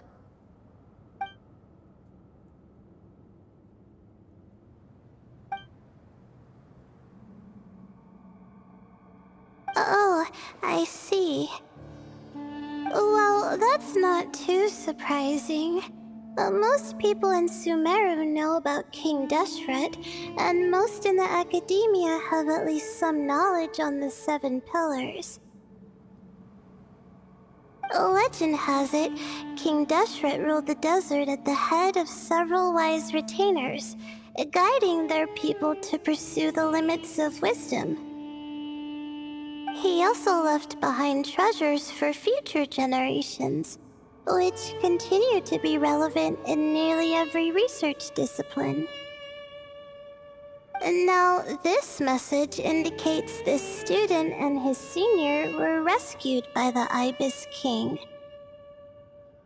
But to think it's possible to meet him in a place like this... We don't know when these notes were written, but didn't the 7 pillars disappear a long time ago? Yeah! The notes made it sound like his powers were restricted. Also, the mention of this form? What is that supposed to mean? I'm not sure. Let's keep reading.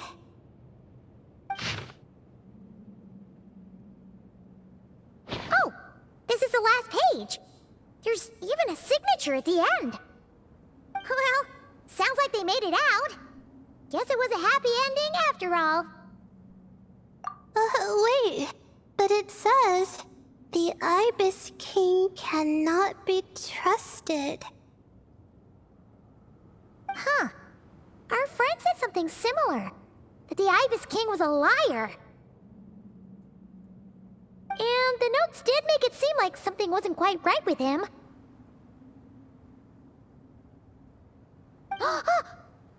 Maybe he wasn't one of the 7 pillars at all, but some kind of con artist.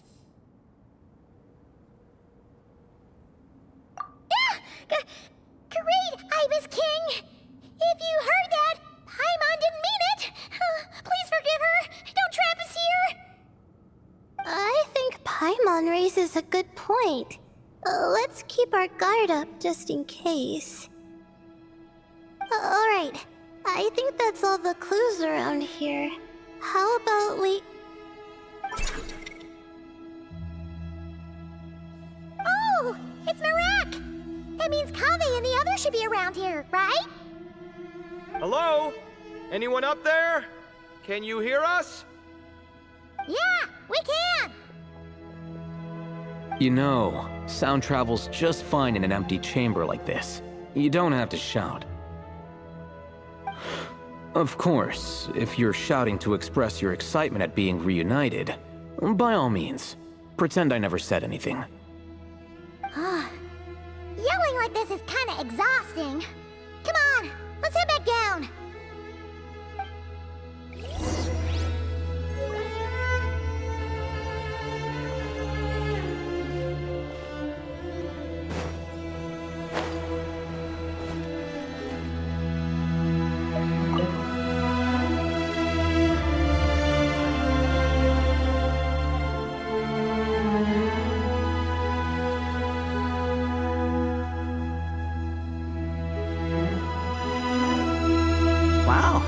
We all ended up in the same place, huh?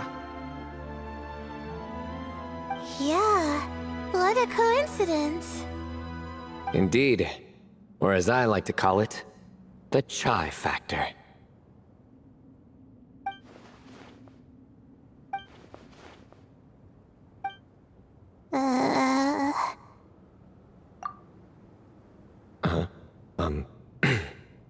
No reply? Just say it. All right. Because it's spiced to sweet brew again. Oh, hey, that's a new version. Wait, what? You've never heard that one? What are you looking for? A place to sit and read my book. Oh, great. What else is new? Well, looks like everyone made it through unscathed. Let's take this chance to get some water, rest a bit, and discuss what we learned. Sound good? Yeah, let's debrief.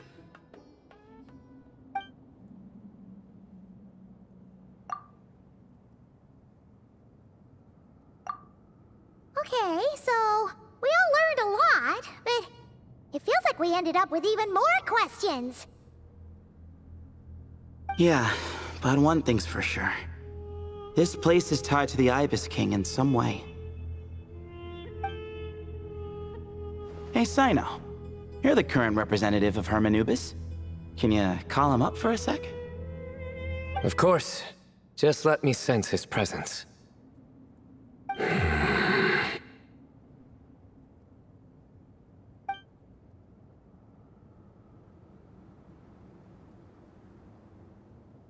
Just kidding. I can't sense him at all.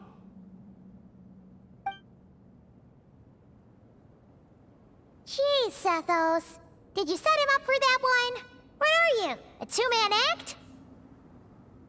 Sorry, Hermanubis isn't like the Ibis King. He can possess me, but I can't talk to him whenever I want. Oh, truly? Does that mean he's gone? Oh, I would have liked to reminisce about old times with him. Ah, the cat! It speaks! Of course it speaks. In fact, it is not an it at all. You do me a great offense. My apologies. Esteemed cats, sir? Oh, this little contraption is still here. Contraption? No, this is Marak. Which means you do his assistant a great offense. Huh? Well, I didn't mean... Well, I apologize. I wasn't referring to this Marak, but rather the thing that operates it. King Deshret was quite partial to it. I have forgotten what it was called. It must have had an official name, albeit in the old tongue. Even if I did remember, I would need to translate it into modern language. Ah, it's not important. Marak's a fine name. Even better than the original, if you ask me. Who thought of it? And the remodeling, quite well done indeed. This Marak looks much happier in its current form. Oh, and the components should have model numbers written on them. You can look them up if you're curious. This cat talks a lot. Quite the one-sided conversation. Is this what the Ibis King was like? He seems quite eloquent. I wonder if he plays cards. Ha! I knew Marak was a great name. Go me! Let's see, what page was I on again? Should have brought a bookmark. That all went over Paimon's head.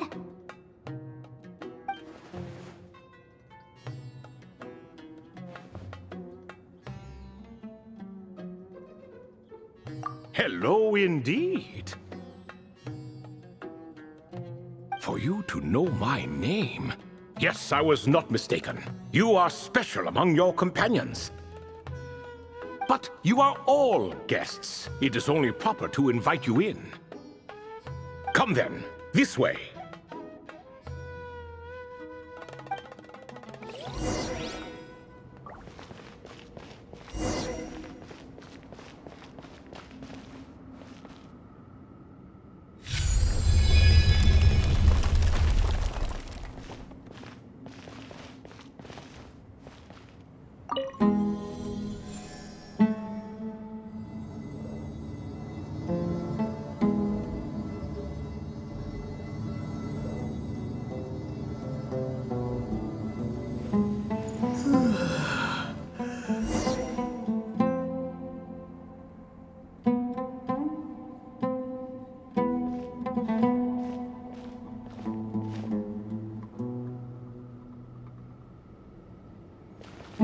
Welcome to my humble abode. Oh, your house sure is spacious, Lord Ibis King. I fear it's not quite what it used to be. In fact, it has long ceased to be my home at all. It belongs to the descendants of the cats I once raised. Such adorable creatures, aren't they? Take the one I'm borrowing here, for instance. A chubby fellow with such lovely fur. Anyway, tradition dictates that a special guest such as yourself be presented with a gift. Alas, it's a first-come, first-served basis, you see. I fear with the passage of time, none are left. What? So the treasure's gone already? Treasure, you say? Not an inaccurate description. Yes, and no. I have the power to grant gifts inaccessible to the masses. The only requirement is answering a question. Not a bad deal, yes? Of course, my questions were given unto me by King Deshret, who in turn received them from the Mistress of Flowers. There are 3, and no more. What causes our rise and fall? What obliterates love and hate? What determines truth and falsehood? The more he talks, the less Paimon understands. I see. That must mean Gudars and Makaira managed to answer 2 of the 3.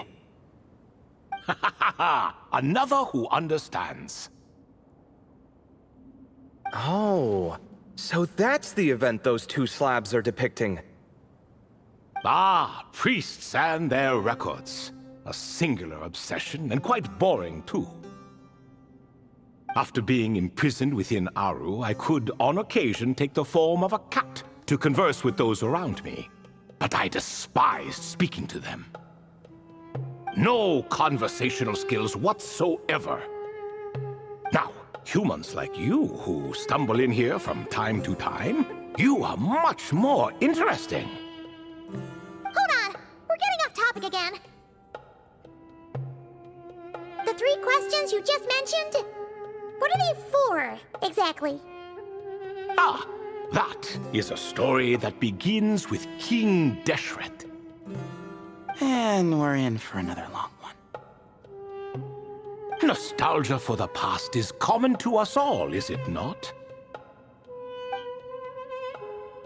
And our king, he was such a proud, solemn man in those days.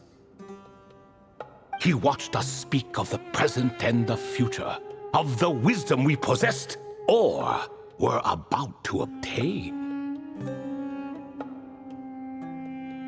We were his proud retainers, confident in our belief that, so long as each one of us used our abilities to the fullest, progress was inevitable. Yet, King Deshret's ambition was not destined to be allowed in a closed-off world such as this, so nothing went as planned. In fact, from the beginning, there were signs an outcome of this nature was inevitable. Because although there were 7 pillars, one was forever absent. Alhaitham would insist the Dendro Dragon Sovereign was one of us, but the dragon herself rejected that idea. Huh. Like a card you can never seem to draw from your deck. More like a card that was never in the deck to begin with. Alas, that's just who Alhaitham was. There was nothing we could do about that. And I always preferred chess to cards. In the end, life grew unbearable for our king. But, of course, those who remain must continue to live on. But subjects like us were less fortunate. After all, the fate of a retainer is decided by the king, including the chance to walk away.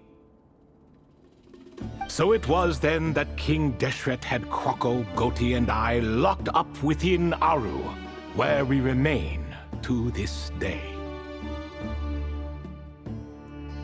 Krako.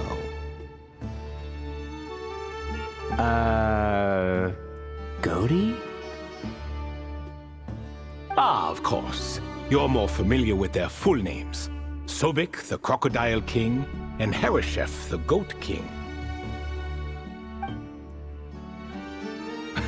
Let me tell you, when it comes to chess, Hereshef was a habitual backseat strategist, always spewing nonsense from the sidelines. Well, Sobek was all too quick to take his terrible advice, to the point where I was the one who got accused of cheating. Chess is an exercise in patience, and that man couldn't sit still to save his life. He could never excel at that game. In fact, neither of them were good at chess. Even so, we played together often, and since I was always the winner, we got along quite well. What are you laughing at? Were we not good friends?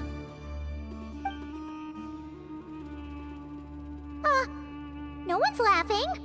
Paimon would never. No, not you. It's Goti. He's laughing for no reason again. Can you not hear him? Ah, right. Of course you can't. The two of them are inside Aru, as am I, so only I can hear them. What is even going on here? Has he, started to lose it after being trapped for so long? That does happen to prisoners serving life sentences. Speaking of which, how's Azar doing these days? I doubt he's doing much of anything. Just what I wanted to hear. What is the meaning of this? You doubt my words? I have half a mind to not talk at all. Oh, no. They're not questioning you, Lord Ibis King, just discussing other things. Please, continue. In that case, where were we? Getting to the part about the 3 questions. Hopefully. Ah, yes, we're almost there. Before I entered Aru, King Deshret said I could be released from my eternal seal if I chose humans who could provide the correct answers to those 3 questions.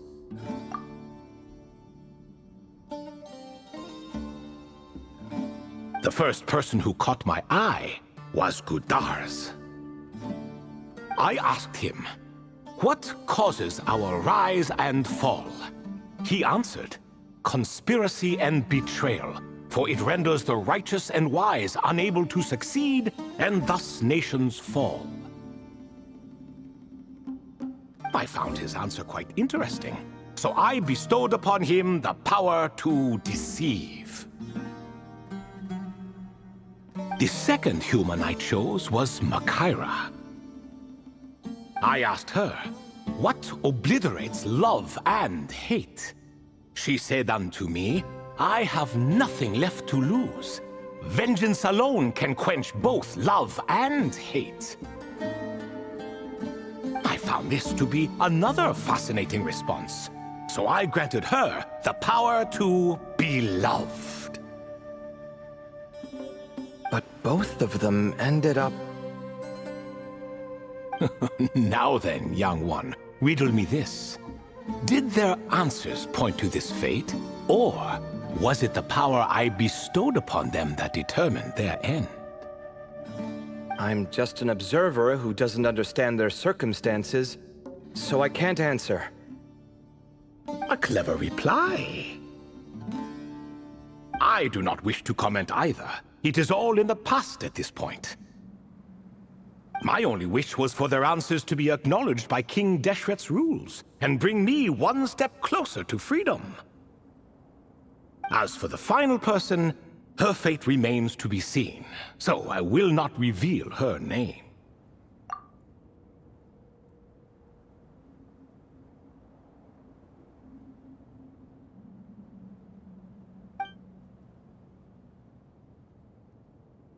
I asked her, what determines truth and falsehood? and found her answer quite compelling, so I bestowed upon her a gift to match. As you can see, however, I have not been freed, so it's clear the answer she gave at that time was wrong. But, alas, 3 people were chosen, and 3 questions were asked. So now all I can do is wait. Wait until her wisdom is in line with the rules set forth by my king. Until she has found the true answer to that question. No wonder there was no third stone slab then. Or perhaps you're just not ready to include her in the story.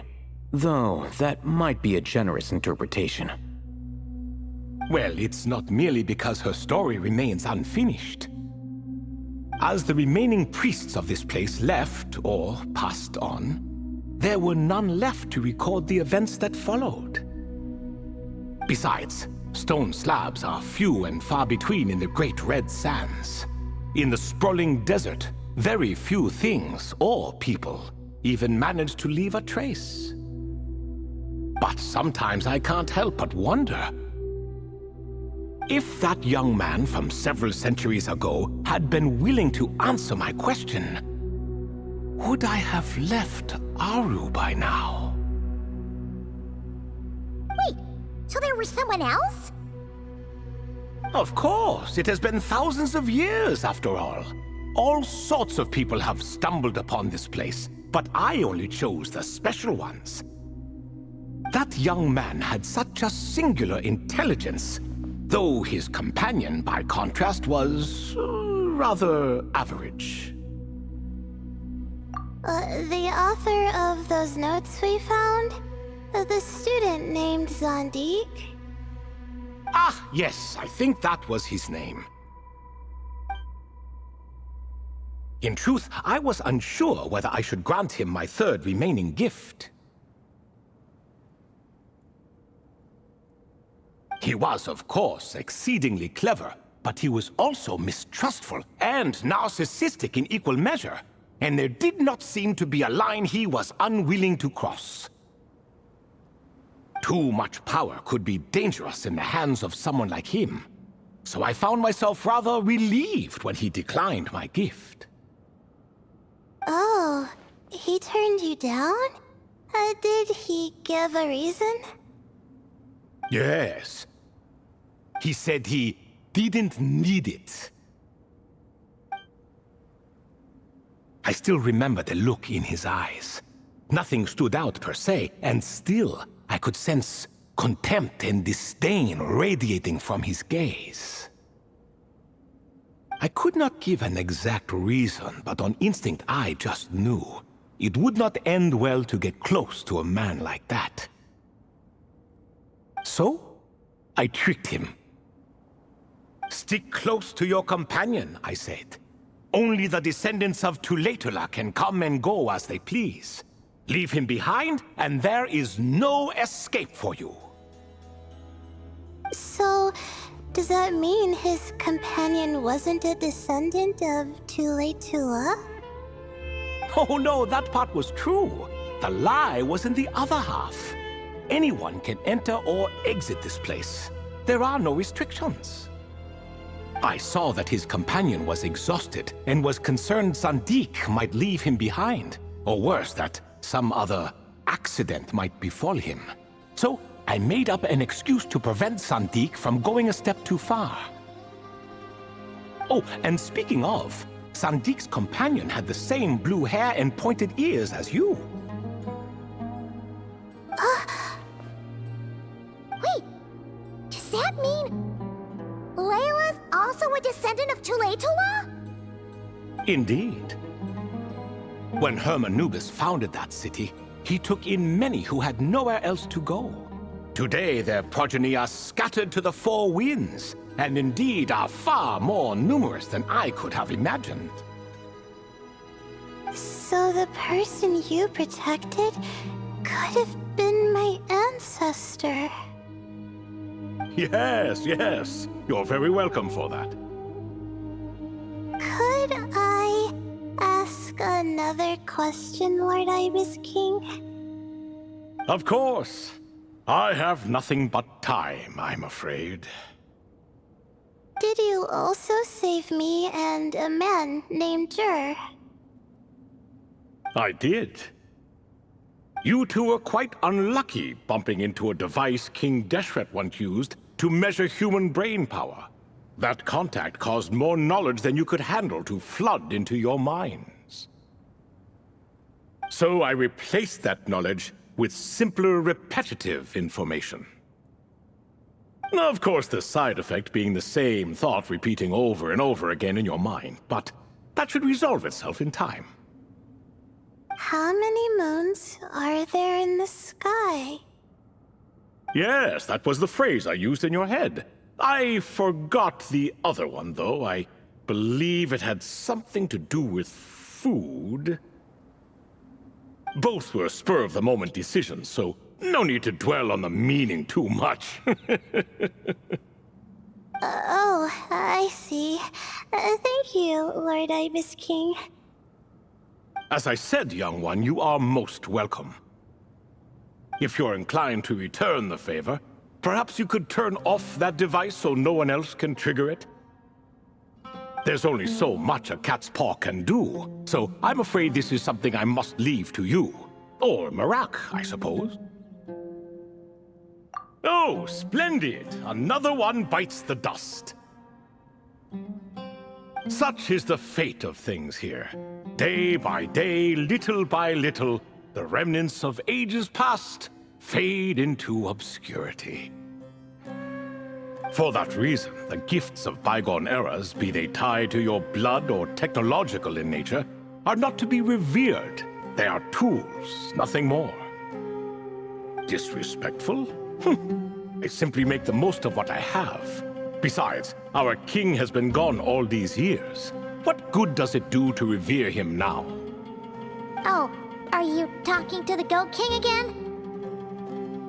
No, Croco this time. He's pestering me for another game of chess. Says he wants to even the score. Wishful thinking, if you ask me. If we counted one push-up for every loss, he'd owe me 300,000 by now. Of course, that's just a rough estimate.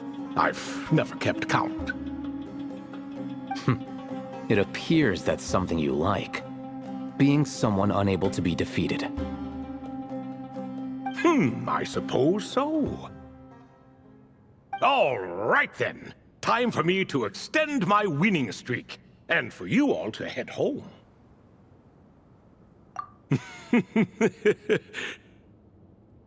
In truth, deep down, I know even the answers to those 3 questions will not change my fate.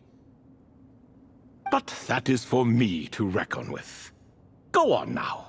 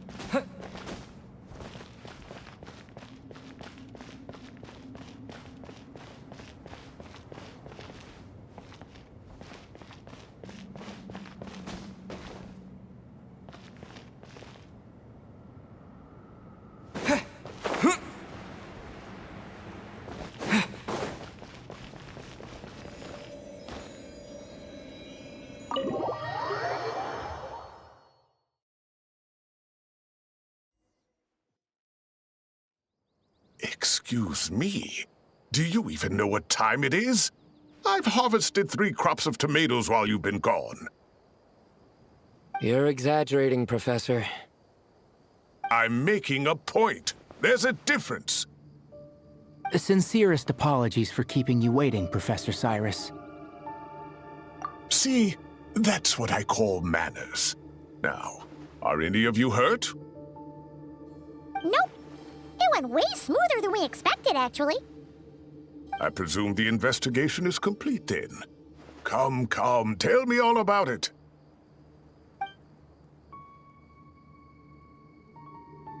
Oh my, did you luck out? If you've read the work from the Vahumana Dashan, you would know that the Ibis King is, well, let's call it a mixed record. Perhaps he softened up a bit in his old age, and that's why he chose to help you. Or perhaps he just didn't have a good enough reason not to help us.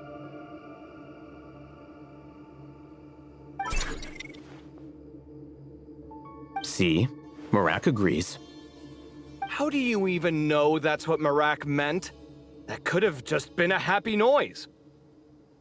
In any case, there's a lot to be happy about. We figured out what happened to Layla and Jur, and there were some unexpected takeaways too. Yeah, I never expected to learn about my ancestry. I've always thought of myself as just an ordinary student. I never would have even considered something like that could be true.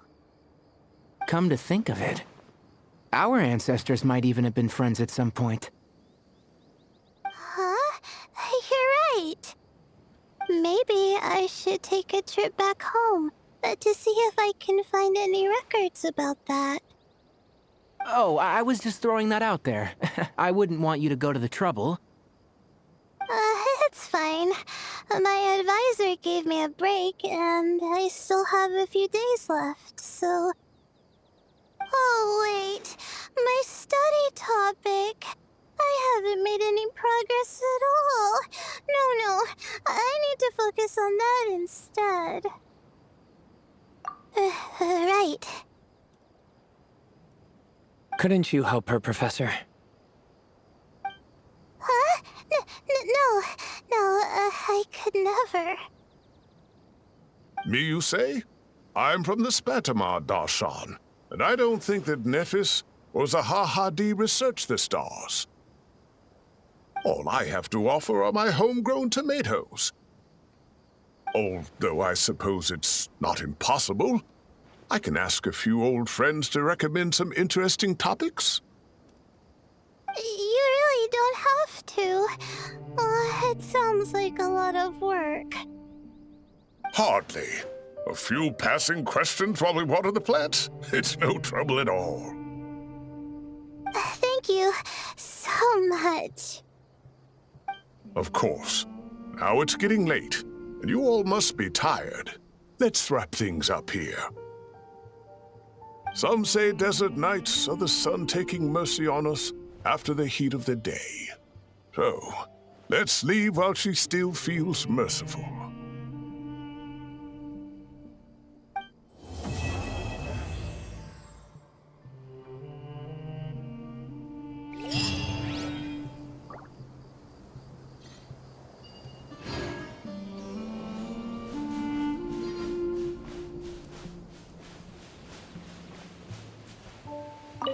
You made it back safe and sound.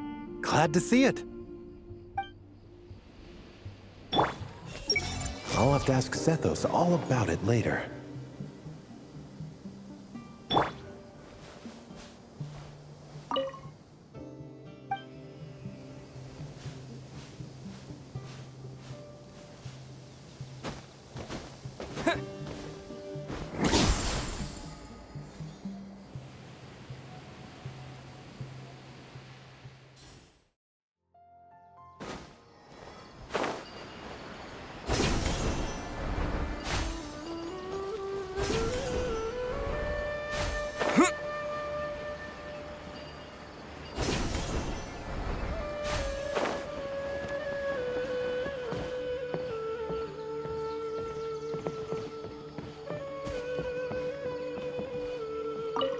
You don't make it out to Gandharvaville often, and there wasn't time for visiting earlier. So why don't you stay a few more days? Sure. Got anything fun planned? Not really. We usually just go camping, do a little fishing, have a barbecue, things like that. Oh, and we invite the traveler along too if he's in town. Nice! I love camping. And a barbecue is a must. Don't get too excited. You might not know this, but Tighnari doesn't use seasoning when he grills. Huh? No way. Don't listen to him, Sethos. I prefer a clean taste, but you can put on as much as you like. You could have at least played along. You've changed, Cyno. Man, it's a shame Hat Guy hasn't been around lately, or I'd invite him to join.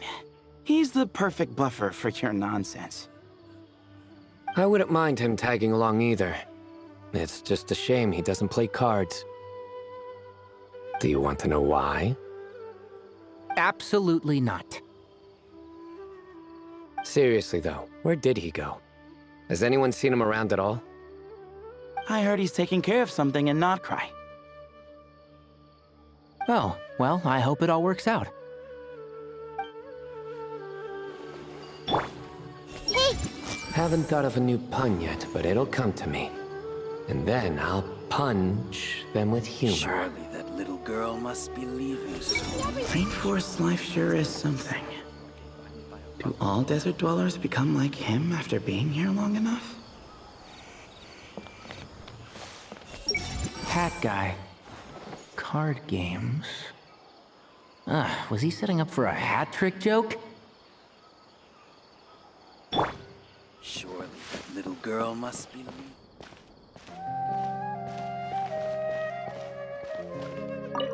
Well, this is an unexpected reunion.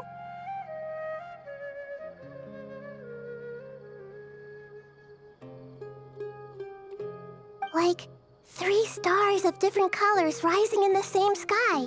What a spectacular occasion! Archon and Miss Nilou from the Zubair Theater. I'm not interrupting anything, am I? Of course not. I'm just relaxing, gazing up at the starry sky. I get a lot of inspiration for new dances when I come here. Oh, I'm also here to get some inspiration. I thought I was the only one who did that. Of course, the inspiration I need has to do with my studies. Well, we might be searching for different things, but in the end, we're both just waiting for that spark to strike. But this time, it wasn't inspiration, but Lesser Lord Kusanali who came knocking instead. How do you know I'm not here searching for that same spark? We must innovate after all, even in dreams. Here, I brought some candied ajilenak nuts. May they bring us all sweet dreams.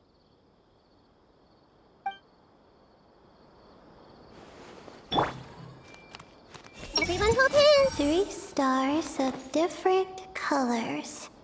Could that be a potential research topic?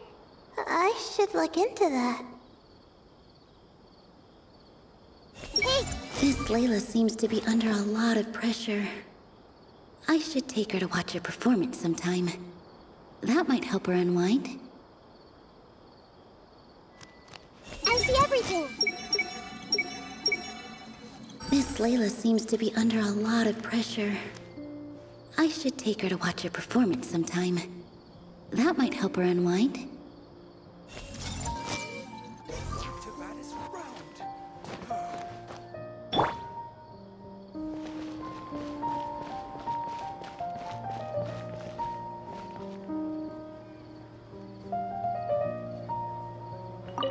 Have you decided on what to eat?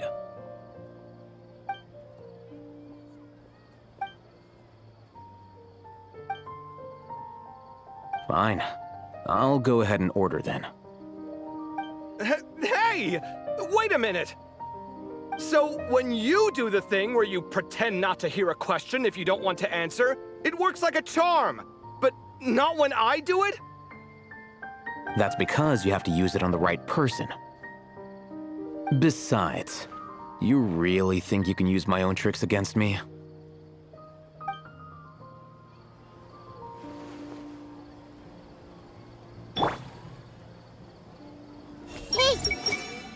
It's been an eventful day, and it seems someone is intent on not making tonight any easier. Why is it getting so hard to keep up the act? Is a worry-free life too much to ask for?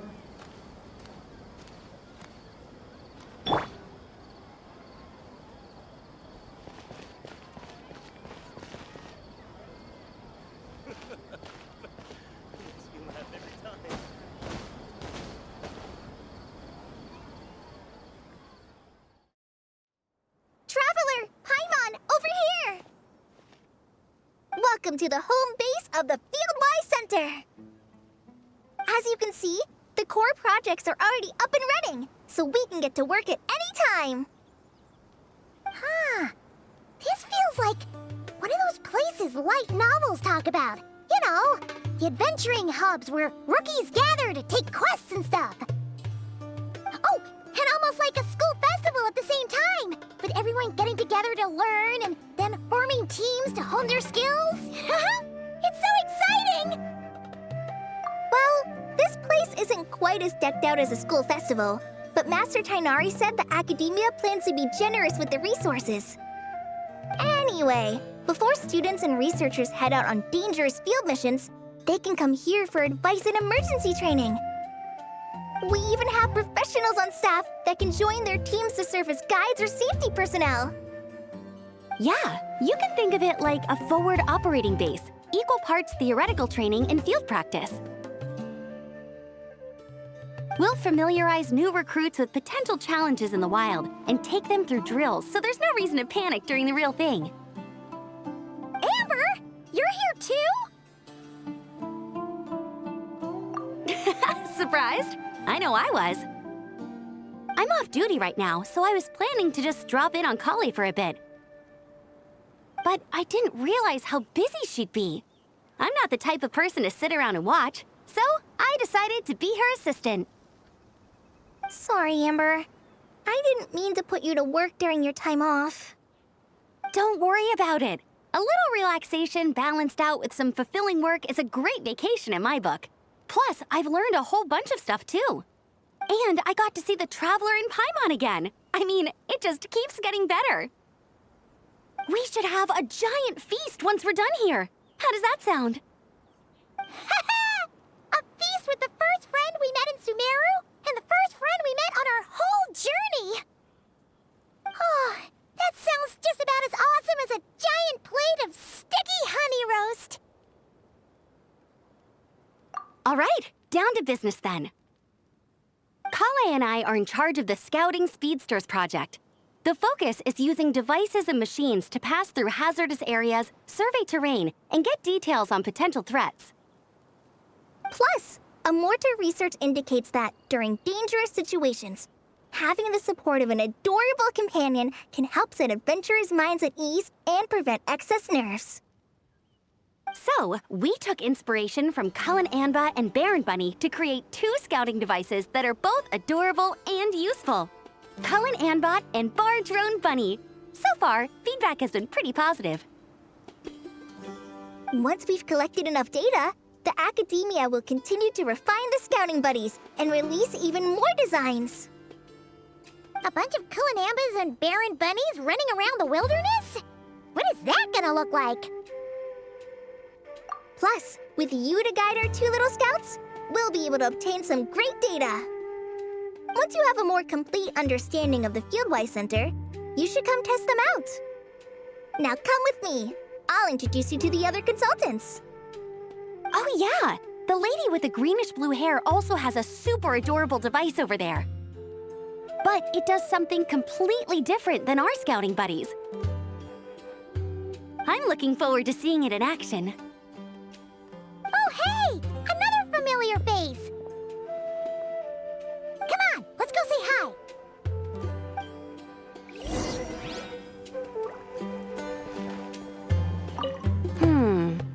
should adjust the legs so Barjone Bunny can run even faster.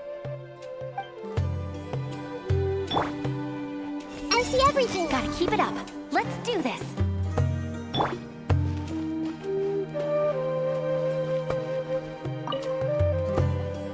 It's really that popular. The internal locomotion mechanism is clever enough, and the execution on the terrain recognition, remote control, and weight detection modules isn't bad. But the appearance... it might as well be a doll for a child. No, this won't do. Madame Farzan! Great news! The Traveler and Paimon agreed to join! The Fieldwise Center just leveled up big time, huh? Hello, Madame Farzan. We're here to help. Well, look who the cat dragged in. Excellent job, Kaveh. Snagging 2 top experts with undeniable adventuring expertise.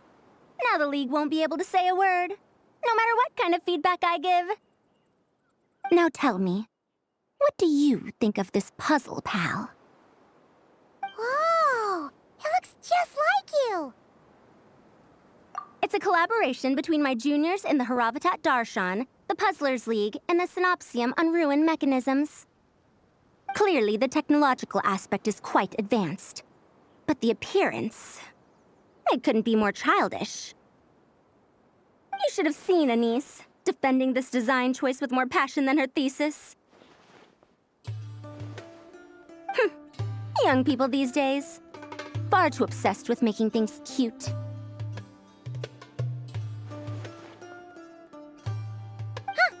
Paimon kinda likes it. Kaveh and Amber were just saying how cute companions can help adventurers stay calm. With a doll that looks like you by her side, Paimon thinks she could go adventuring in a super dark ruin and not even get scared. Well, that line of thinking does have merit. And I suppose choosing this particular appearance is a sign of their respect. For me. Still, there are adventurers who place greater emphasis on reliability and technical composition. People like that don't just want their devices to be able to survive an avalanche, but to look the part, and for their appearance to reflect the high-tech composition. The fluffiness of this puzzle pal, on the other hand, doesn't give the impression it would be a reliable or formidable device. The appearance may even be distracting. Now picture this. A thick metal casing, square in shape, with a matte finish and openings to showcase the complex technical composition. That would have much more visual impact. I'm the perfect example of this. I have a youthful appearance, and so people question me on occasion. If I had a head of white hair instead, things would be different. Really? Then, do you want Paimon to talk to them? She has white hair. What? No! That's not the same thing.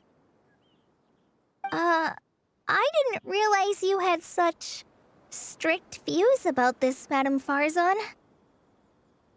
Huh? So, even you prefer this version? Well, if that's what you really think, then fine. You'll have to come back and test it out on some puzzles, Traveler. I'll rate your effectiveness in using the device and come up with a user manual based on your performance. As for improvements to its appearance, long-term observation is required, so I'll put that aside for now. I've already selected a few of the most suitable domains, so we can begin the puzzle-solving process at any time. Thanks, Madame Farzan. I'm just gonna take the Traveler and Paimon to see the final project. But it shouldn't take long. Don't worry, Kaveh.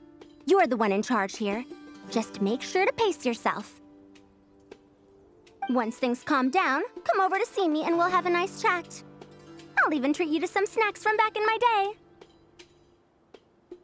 Snacks! Paimon's in! Paimon's in! Thank you, Madame Farzan. I'll bring a few boxes of floral tea as well. Go on now. Do me proud.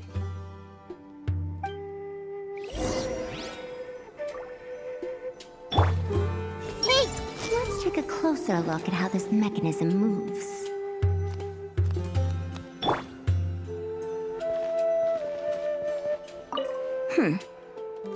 Perhaps we shouldn't change it after all.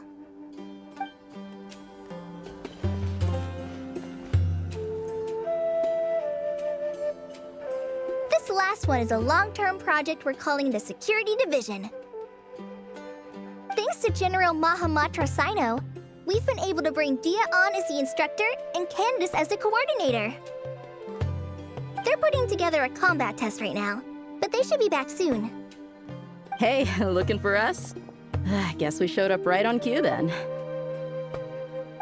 Wait, the Traveler and Paimon are joining as well? That makes things a whole lot easier. Sorry for keeping you waiting, everyone. But we managed to bring back some good intel. Intel? Huh, this is starting to sound intense. Of course. What better way to protect the students than to sweep through the desert and rid it of all potential dangers? Not a bad plan, right? You in? Not the best time for jokes, Dia. Besides, when it comes to striking down danger, the Traveler is a man on a mission. He might take you up on that offer. Defeating anything that might pose a threat?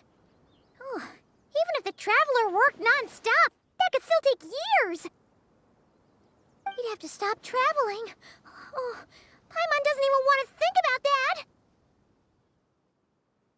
Time would be the least of our problems. Some dangers aren't visible to the naked eye, like the scorpions burrowed underground or the terrifying raptors sleeping in the trees. You can't get rid of them until they jump out to attack you. For situations like these, we'd have to combine Madame Farasan's recommendations with Amber's approach to scouting, calculating our chances of encountering enemies and our expected operation times. Whoa, whoa, whoa, pencils down, everyone. That was just a joke. The Security Division's goal is a lot simpler, actually. We're just here to ensure that fieldwork teams include trained combat personnel. Some of this work has been entrusted to the Blazing Beasts and other mercenaries, but members of investigation teams who pass the combat test can also qualify. Before an investigation team is allowed to head into a dangerous area, the group must include at least 2 professionals who have passed the assessment. And Dia and I were just out collecting intel on the best place to hold the test. We found a domain filled with monsters and bandits of all levels. Hopefully, they don't mind us borrowing their stomping ground for a bit. It'll only cost them a few smacks on the head. Oh, so we just need to supervise, right? That's right. Participant safety is our utmost priority. So we'll organize a group of capable personnel to take it in shifts. We still need to figure out our testing metrics, though. Fighting is different from an actual exam, and there's no one right answer. Mercenaries like me, we all have our own style. That's not a problem in actual combat, but when it comes to teaching, we tend to stick too much to what we're used to. So, we need someone to give us a baseline.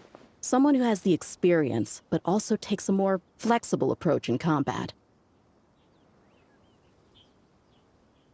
Yeah, based on what you just described, the Traveler seems like the perfect person for the job.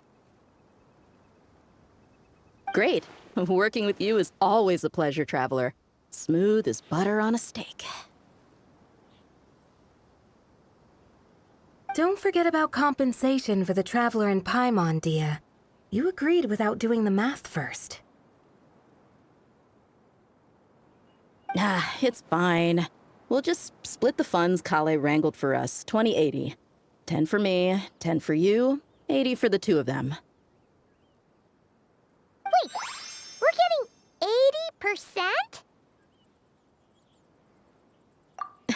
80%? Don't sweat it. We're just in charge of the long-term operations. You're the one setting the metrics for the whole thing. So I think we got the better end of the deal. We've talked about a partnership in the past, haven't we? Well then, consider this the perfect place to start. Then I'll draw up a detailed overview of the compensation so it's clear for everyone. That'd be great. And don't worry, Miss Candace. About that piece of land you're leasing to the academia, the one used for grain storage, I managed to get them to agree to a 30% increase in their rent payments. Oh, thank you. Those funds will go to fixing up some of the village facilities, which should make for a more comfortable experience when investigation teams stop there in the future. All right, we should finish up our arrangements for the combat test. Stop by our station when you're ready, Traveler. See you soon. Oh, you sure are the beating heart of this operation, Kaveh. You brought the whole gang together. Oh, no. I'm just doing what I can. I still have so much to learn, so much work to coordinate. But for now, let's just give it our all. You bet! We'll make the Fieldwise Center the best it can be!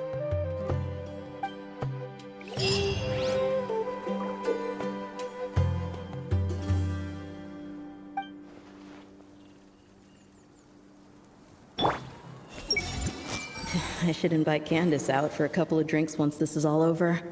Is she gonna agree, though? That's the question. I bet Dia is going to ask me to get drinks after this. I'll just propose we drink tea with dried or powdered fruit instead. Everyone hold it! That's it, Kaveh. Show him what you've got. This is the best. What else needs doing? Better check my notes. Everyone hold hands!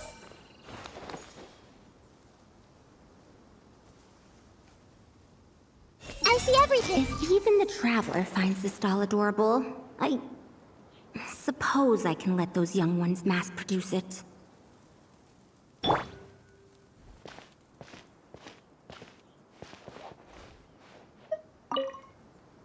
Hey, ready to do some quality assurance on our test questions? Sure. Feels like it's been ages since we last saw each other. If we'd known you were coming, we would have prepared a whole welcome feast. All new recipes and everything. It's a funny story, actually. The last time I was in Fontaine, I brought a few cookbooks and some spices back with me. Then, I gave them to Candace, and she went into full chef mode, coming up with all sorts of new things. Like Romaritime flour meat jerky mixed rice. At first glance, it looks no different than the usual Aru mixed rice. But then, it hits your tongue and, you get that delicious meat, the hearty rice, and this super refreshing aftertaste, all without being greasy. It's a great way to refuel, and it's not too dry. Honestly, perfect for camping out in the desert. I'm not against improving traditional cuisine. Within the bounds of reason, of course. After all, every ingredient is precious out in the desert. Nothing must go to waste.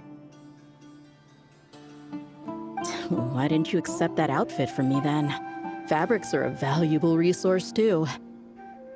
I mean, I know I'm pretty casual and not the most fashionable, I guess.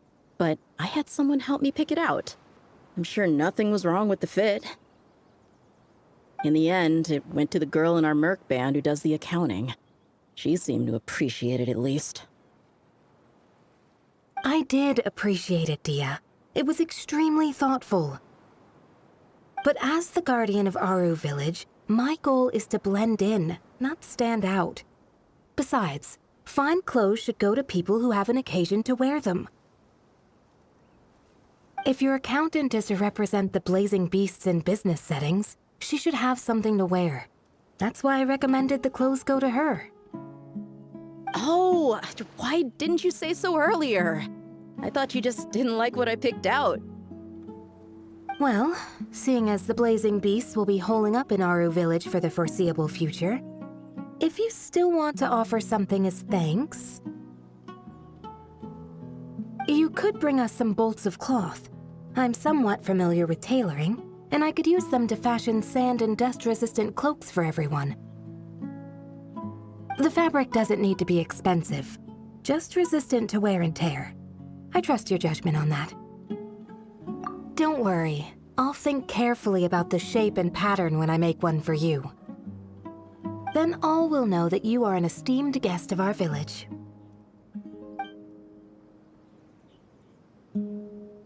Oh man, I'm getting kind of excited. In that case, maybe I'll head to Liyue next. I've heard you can get some really nice fabric there without breaking the bank. Oh, and they've got a huge selection of silks as well, if that's what we're going for. But they've also got security in spades, so no merc work for us. We'll just be tourists, polite, well-behaved travelers. Once we're done here, I'll make a plan with the rest of the beasts.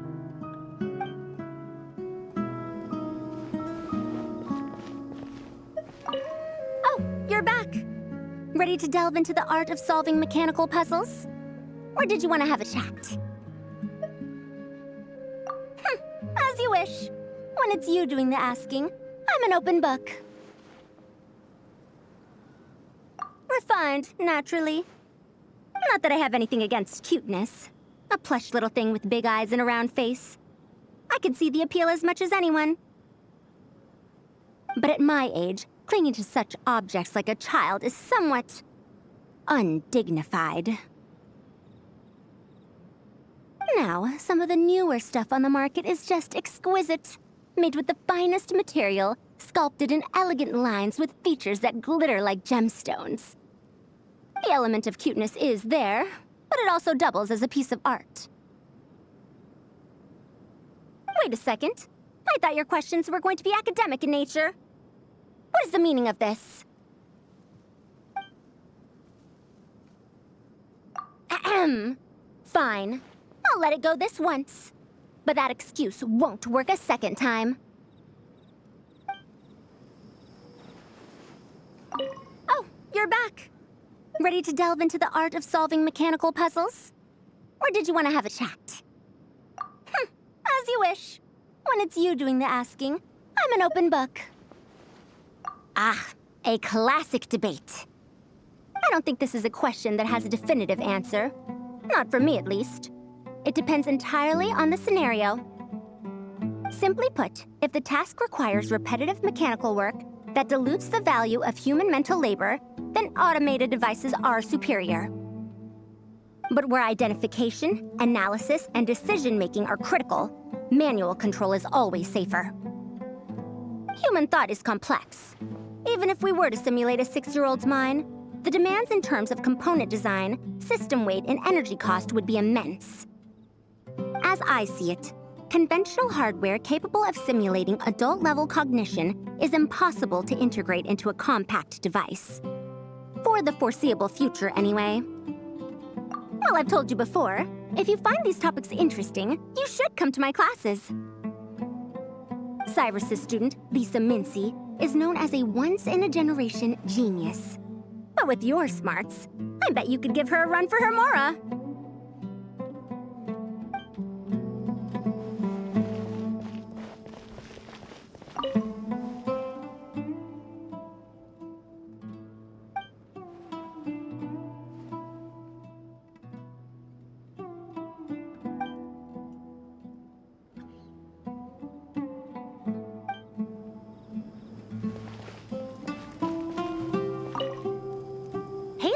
Ready to go full speed ahead with Cullen Anbot and Barjone Bunny? Our 2 scouting buddies are tuned up and ready for testing. Don't worry, I'm using this station as a temporary office for the Fieldwise Center as a whole. But it hasn't been too bad. Just a lot of data processing for our scout bots and some paperwork. Oh, and we also give suggestions on how to modify the internal mechanisms. When an investigation team comes along, we register them and check if emergency training is needed. Then we take care of the departure procedures, allocate the required personnel and equipment, and then we monitor the situation with their camp provisions and touch base with the logistics staff. don't mind. It's just temporary. The center hasn't been open for too long, so we're still working out the kinks. Yeah. Plus, verifying travel qualifications and keeping an eye on logistics is nothing new for me. And the academia is sending specialists to set up a formal administrative team soon. We just have to show them the ropes. Some of them are here already. So once that's set up, and the researchers submit their certifications, we can start delegating the work. And then we can take a well-deserved break. I asked Lisa and Kaya for some recommendations before leaving, so I have a list. Time's been a bit tight this trip, but Kali took me around Sumeru City, and we had tons of amazing food. She's one busy gal, though, so I didn't want to drag her from place to place. It made more sense to spend time here helping her out. I'm sorry, Amber. For what? I'm having a blast. Seeing you take the reins, seeing your friends place their trust in you, even rely on you, it makes me so happy. Traveling, relaxing, I can do that whenever. It's not like this is my last time here. Besides, once we're done, there will still be more than enough time for sightseeing. That makes me even more determined. You don't need to worry about me, Amber. I've got this.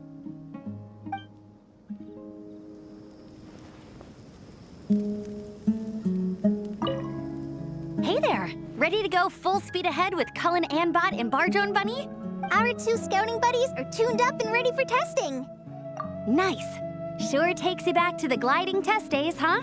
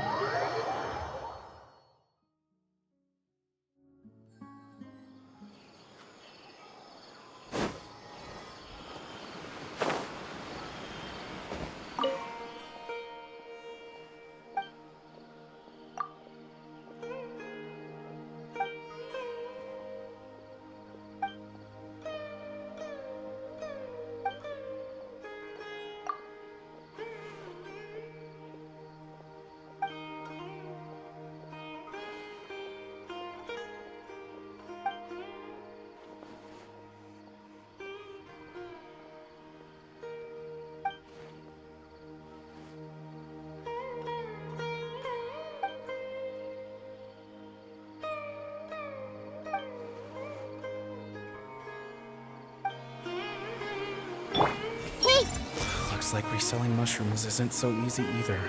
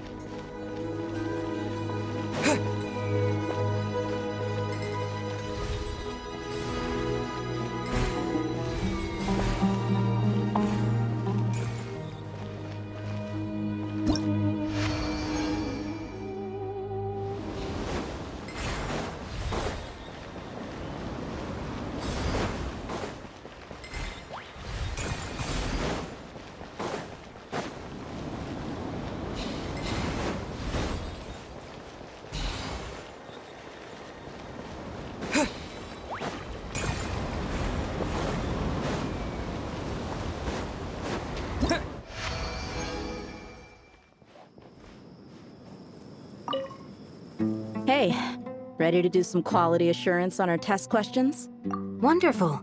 Just don't forget to pace yourself.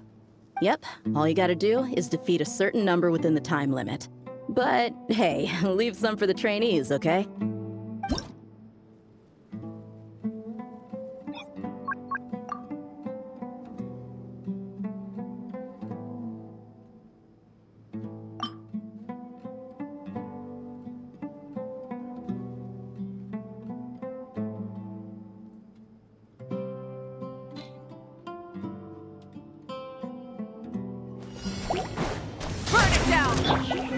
Solidify! Stay put! Pyroclastic surge!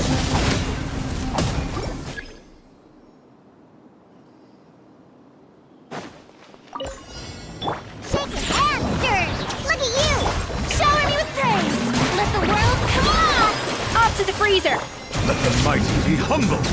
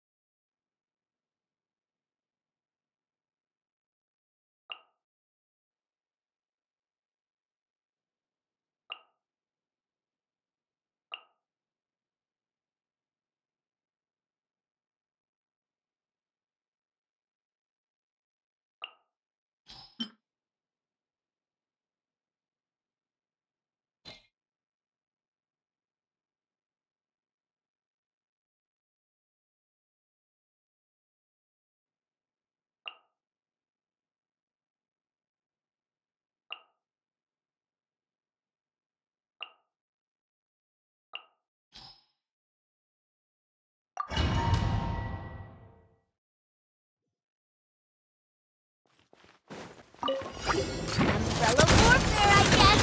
Fire! Order guide you! This one's got your name on it! This one's got your name on it! Hiya!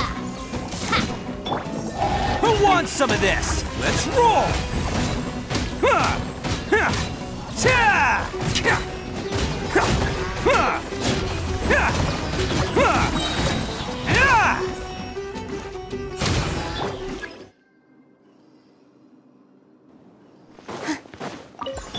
I see everything! But my name echoing song! You play! You're up! This dance is for you! With all my strength! Roll, roll, roll! Yeah. Roll, roll, roll! Make yourselves at home!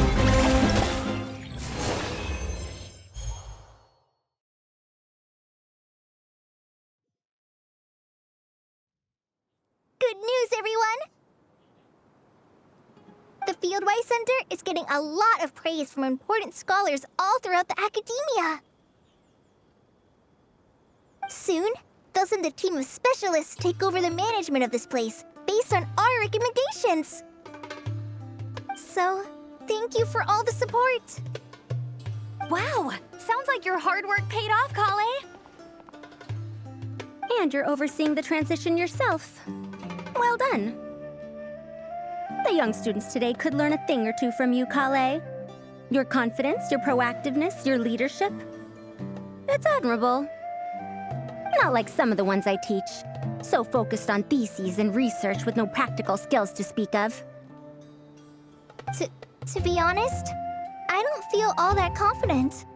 Being the go-between for all the different Darshans, coordinating everything, I still can't quite believe I managed it. Oh, but the Traveler and Paimon played a huge role in that too. I can't thank you both enough. Yeah, we're used to this kind of work. So for us, this was more like a super special camping trip with friends. You know, a few puzzles here, a little exercise there. It was super fun. Pretty much a piece of cake. Oh, man. Now Paimon's hungry! Hey, now that we're all done, why don't we go get some food to celebrate? Candace and I are 2 steps ahead of you. This way, everyone.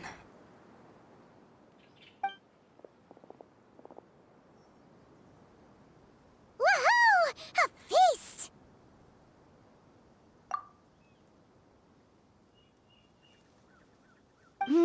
Perfect timing.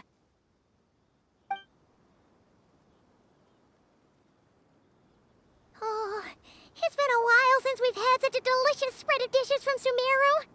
Paimon feels like she could eat twice as much. No, 3 times as much as normal. Huh, is that a challenge? Careful what you wish for. We have your wallet to think about. It's been a while since I've had food from the desert region. It's nothing like I remember. Now this is the real deal. Everything I've tried before pales in comparison. That means a lot, Madame Farazan. If all the researchers who came to our village were so polite, we would have an occasion to offer feasts like this more often. By the way, you planning on doing any sightseeing, Miss Amber? You came all this way, after all. Oh, for sure. I hear that there's a forest full of gigantic trees northwest of Port Ormos, with trunks bigger than the entire width of the Good Hunter restaurant. I'd love to see it for myself. Oh, and I bet I could climb up and then glide down from the treetops. That sounds so fun.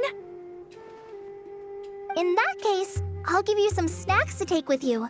Like a dense cake or some dumplings. The wind's strong up there, so you don't want anything too crumbly. Oh, and you'll need a thicker water skin, so it doesn't break if it drops. Oh, dumplings sound great. So soft and chewy. Great thinking, Kaveh. As for the desert, I'd love to check out some of the ruins, like that giant one shaped like an hourglass. I'll just observe from a distance, though. Your ruins could be protected sites, so better to not barge in. Besides, there could be someone sleeping in there. I'm glad to hear that, Miss Amber. It's for the best. Your body won't be used to the desert environment, though, so traveling could be tough. You'll need to bring moisturizing ointment and essential oils for the skin. Honestly, though, helping set up the Fieldwise Center was the real highlight of this trip. And thanks to you, Kaveh, I got to make some new friends, too. So I couldn't be happier. Feel free to drop in on me in Mondstadt anytime. I'll show you the best our city has to offer. Don't mind if I do. I had some dandelion wine while I was in Fontaine, and man, that was the stuff. So sweet and fragrant, not a single bitter note in there at all. And that was the imported stuff. I bet the taste is even better when it's fresh. I'm looking forward to downing a couple of barrels already. It couldn't hurt to take a break from wine, either. Those children gave you some hennaberry thorn powder, remember? You could make some tea. Come on, Candace. It's just a taste. The barrels aren't even that big. We're talking like 3 to 5 cups per, tops. And don't worry, I'd make sure to bring back souvenirs for everyone. Well, I've heard the Knights of Favonius library has quite the collection. I wonder if there are tomes that approach engineering from a different angle. Could be worth perusing. I'm not sure about the exact number, but the library's pretty huge, all right. What kind of books are you interested in, Madame Farazan? I can write them down and have Lisa get them ready for you. Either way, just leave your Mondstadt travel plans to me. Lisa? Lisa Mincy? Cyrus's prize student who he never stops bragging about? So that's where she's hiding. This is kind of nice, isn't it? Friends of ours meeting other friends of ours, then becoming friends in your own right.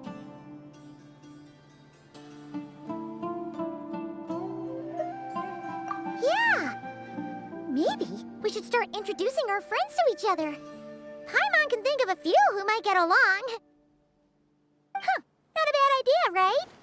Just imagine all the fun we could have!